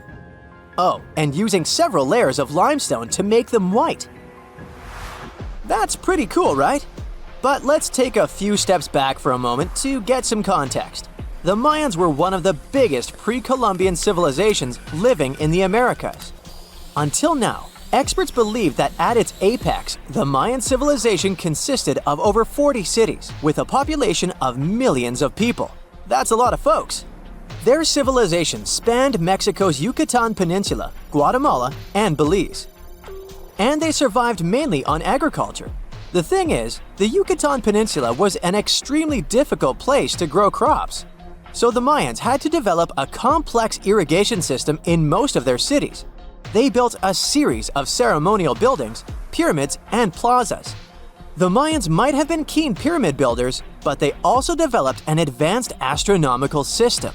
With whatever ancient technology they had, they were able to predict the exact location of planets such as Venus and Mars, as well as the exact dates of eclipses. If you've ever seen examples of ancient Mayan cities, this is Tikal. Located at the heart of the Guatemalan jungle, Tikal is believed to have been the capital of the ancient Mayan conquest state. At its height, it was comparable in importance to cities such as London or New York in today's world. It's composed of a series of complex monuments. The North Acropolis is one of Tikal's most ancient complexes of monuments. Built solely by human hands around 350 BCE, it served as the resting place of kings and chiefs. Its monuments are up to 200 feet high. Back in the day, the step pyramid temples were painted a beautiful red. Mayans loved that color. Today, of course, you'll only see the limestone. Then there's Chichen Itza. It's got one of the best preserved pyramids on Earth to date.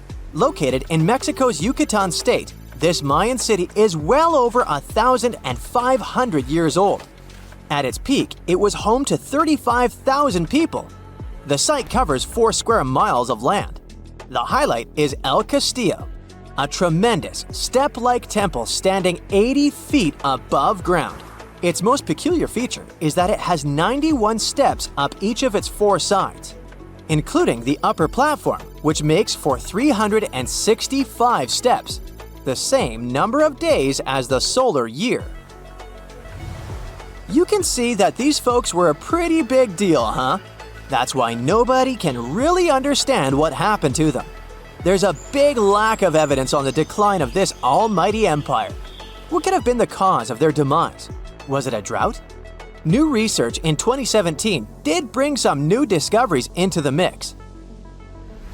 Using data from a site at Ceibal, located at southwest of Tikal, scientists analyzed radiocarbon data from ceramics and archaeological excavations to extract new information about the unexpected demise of this great civilization.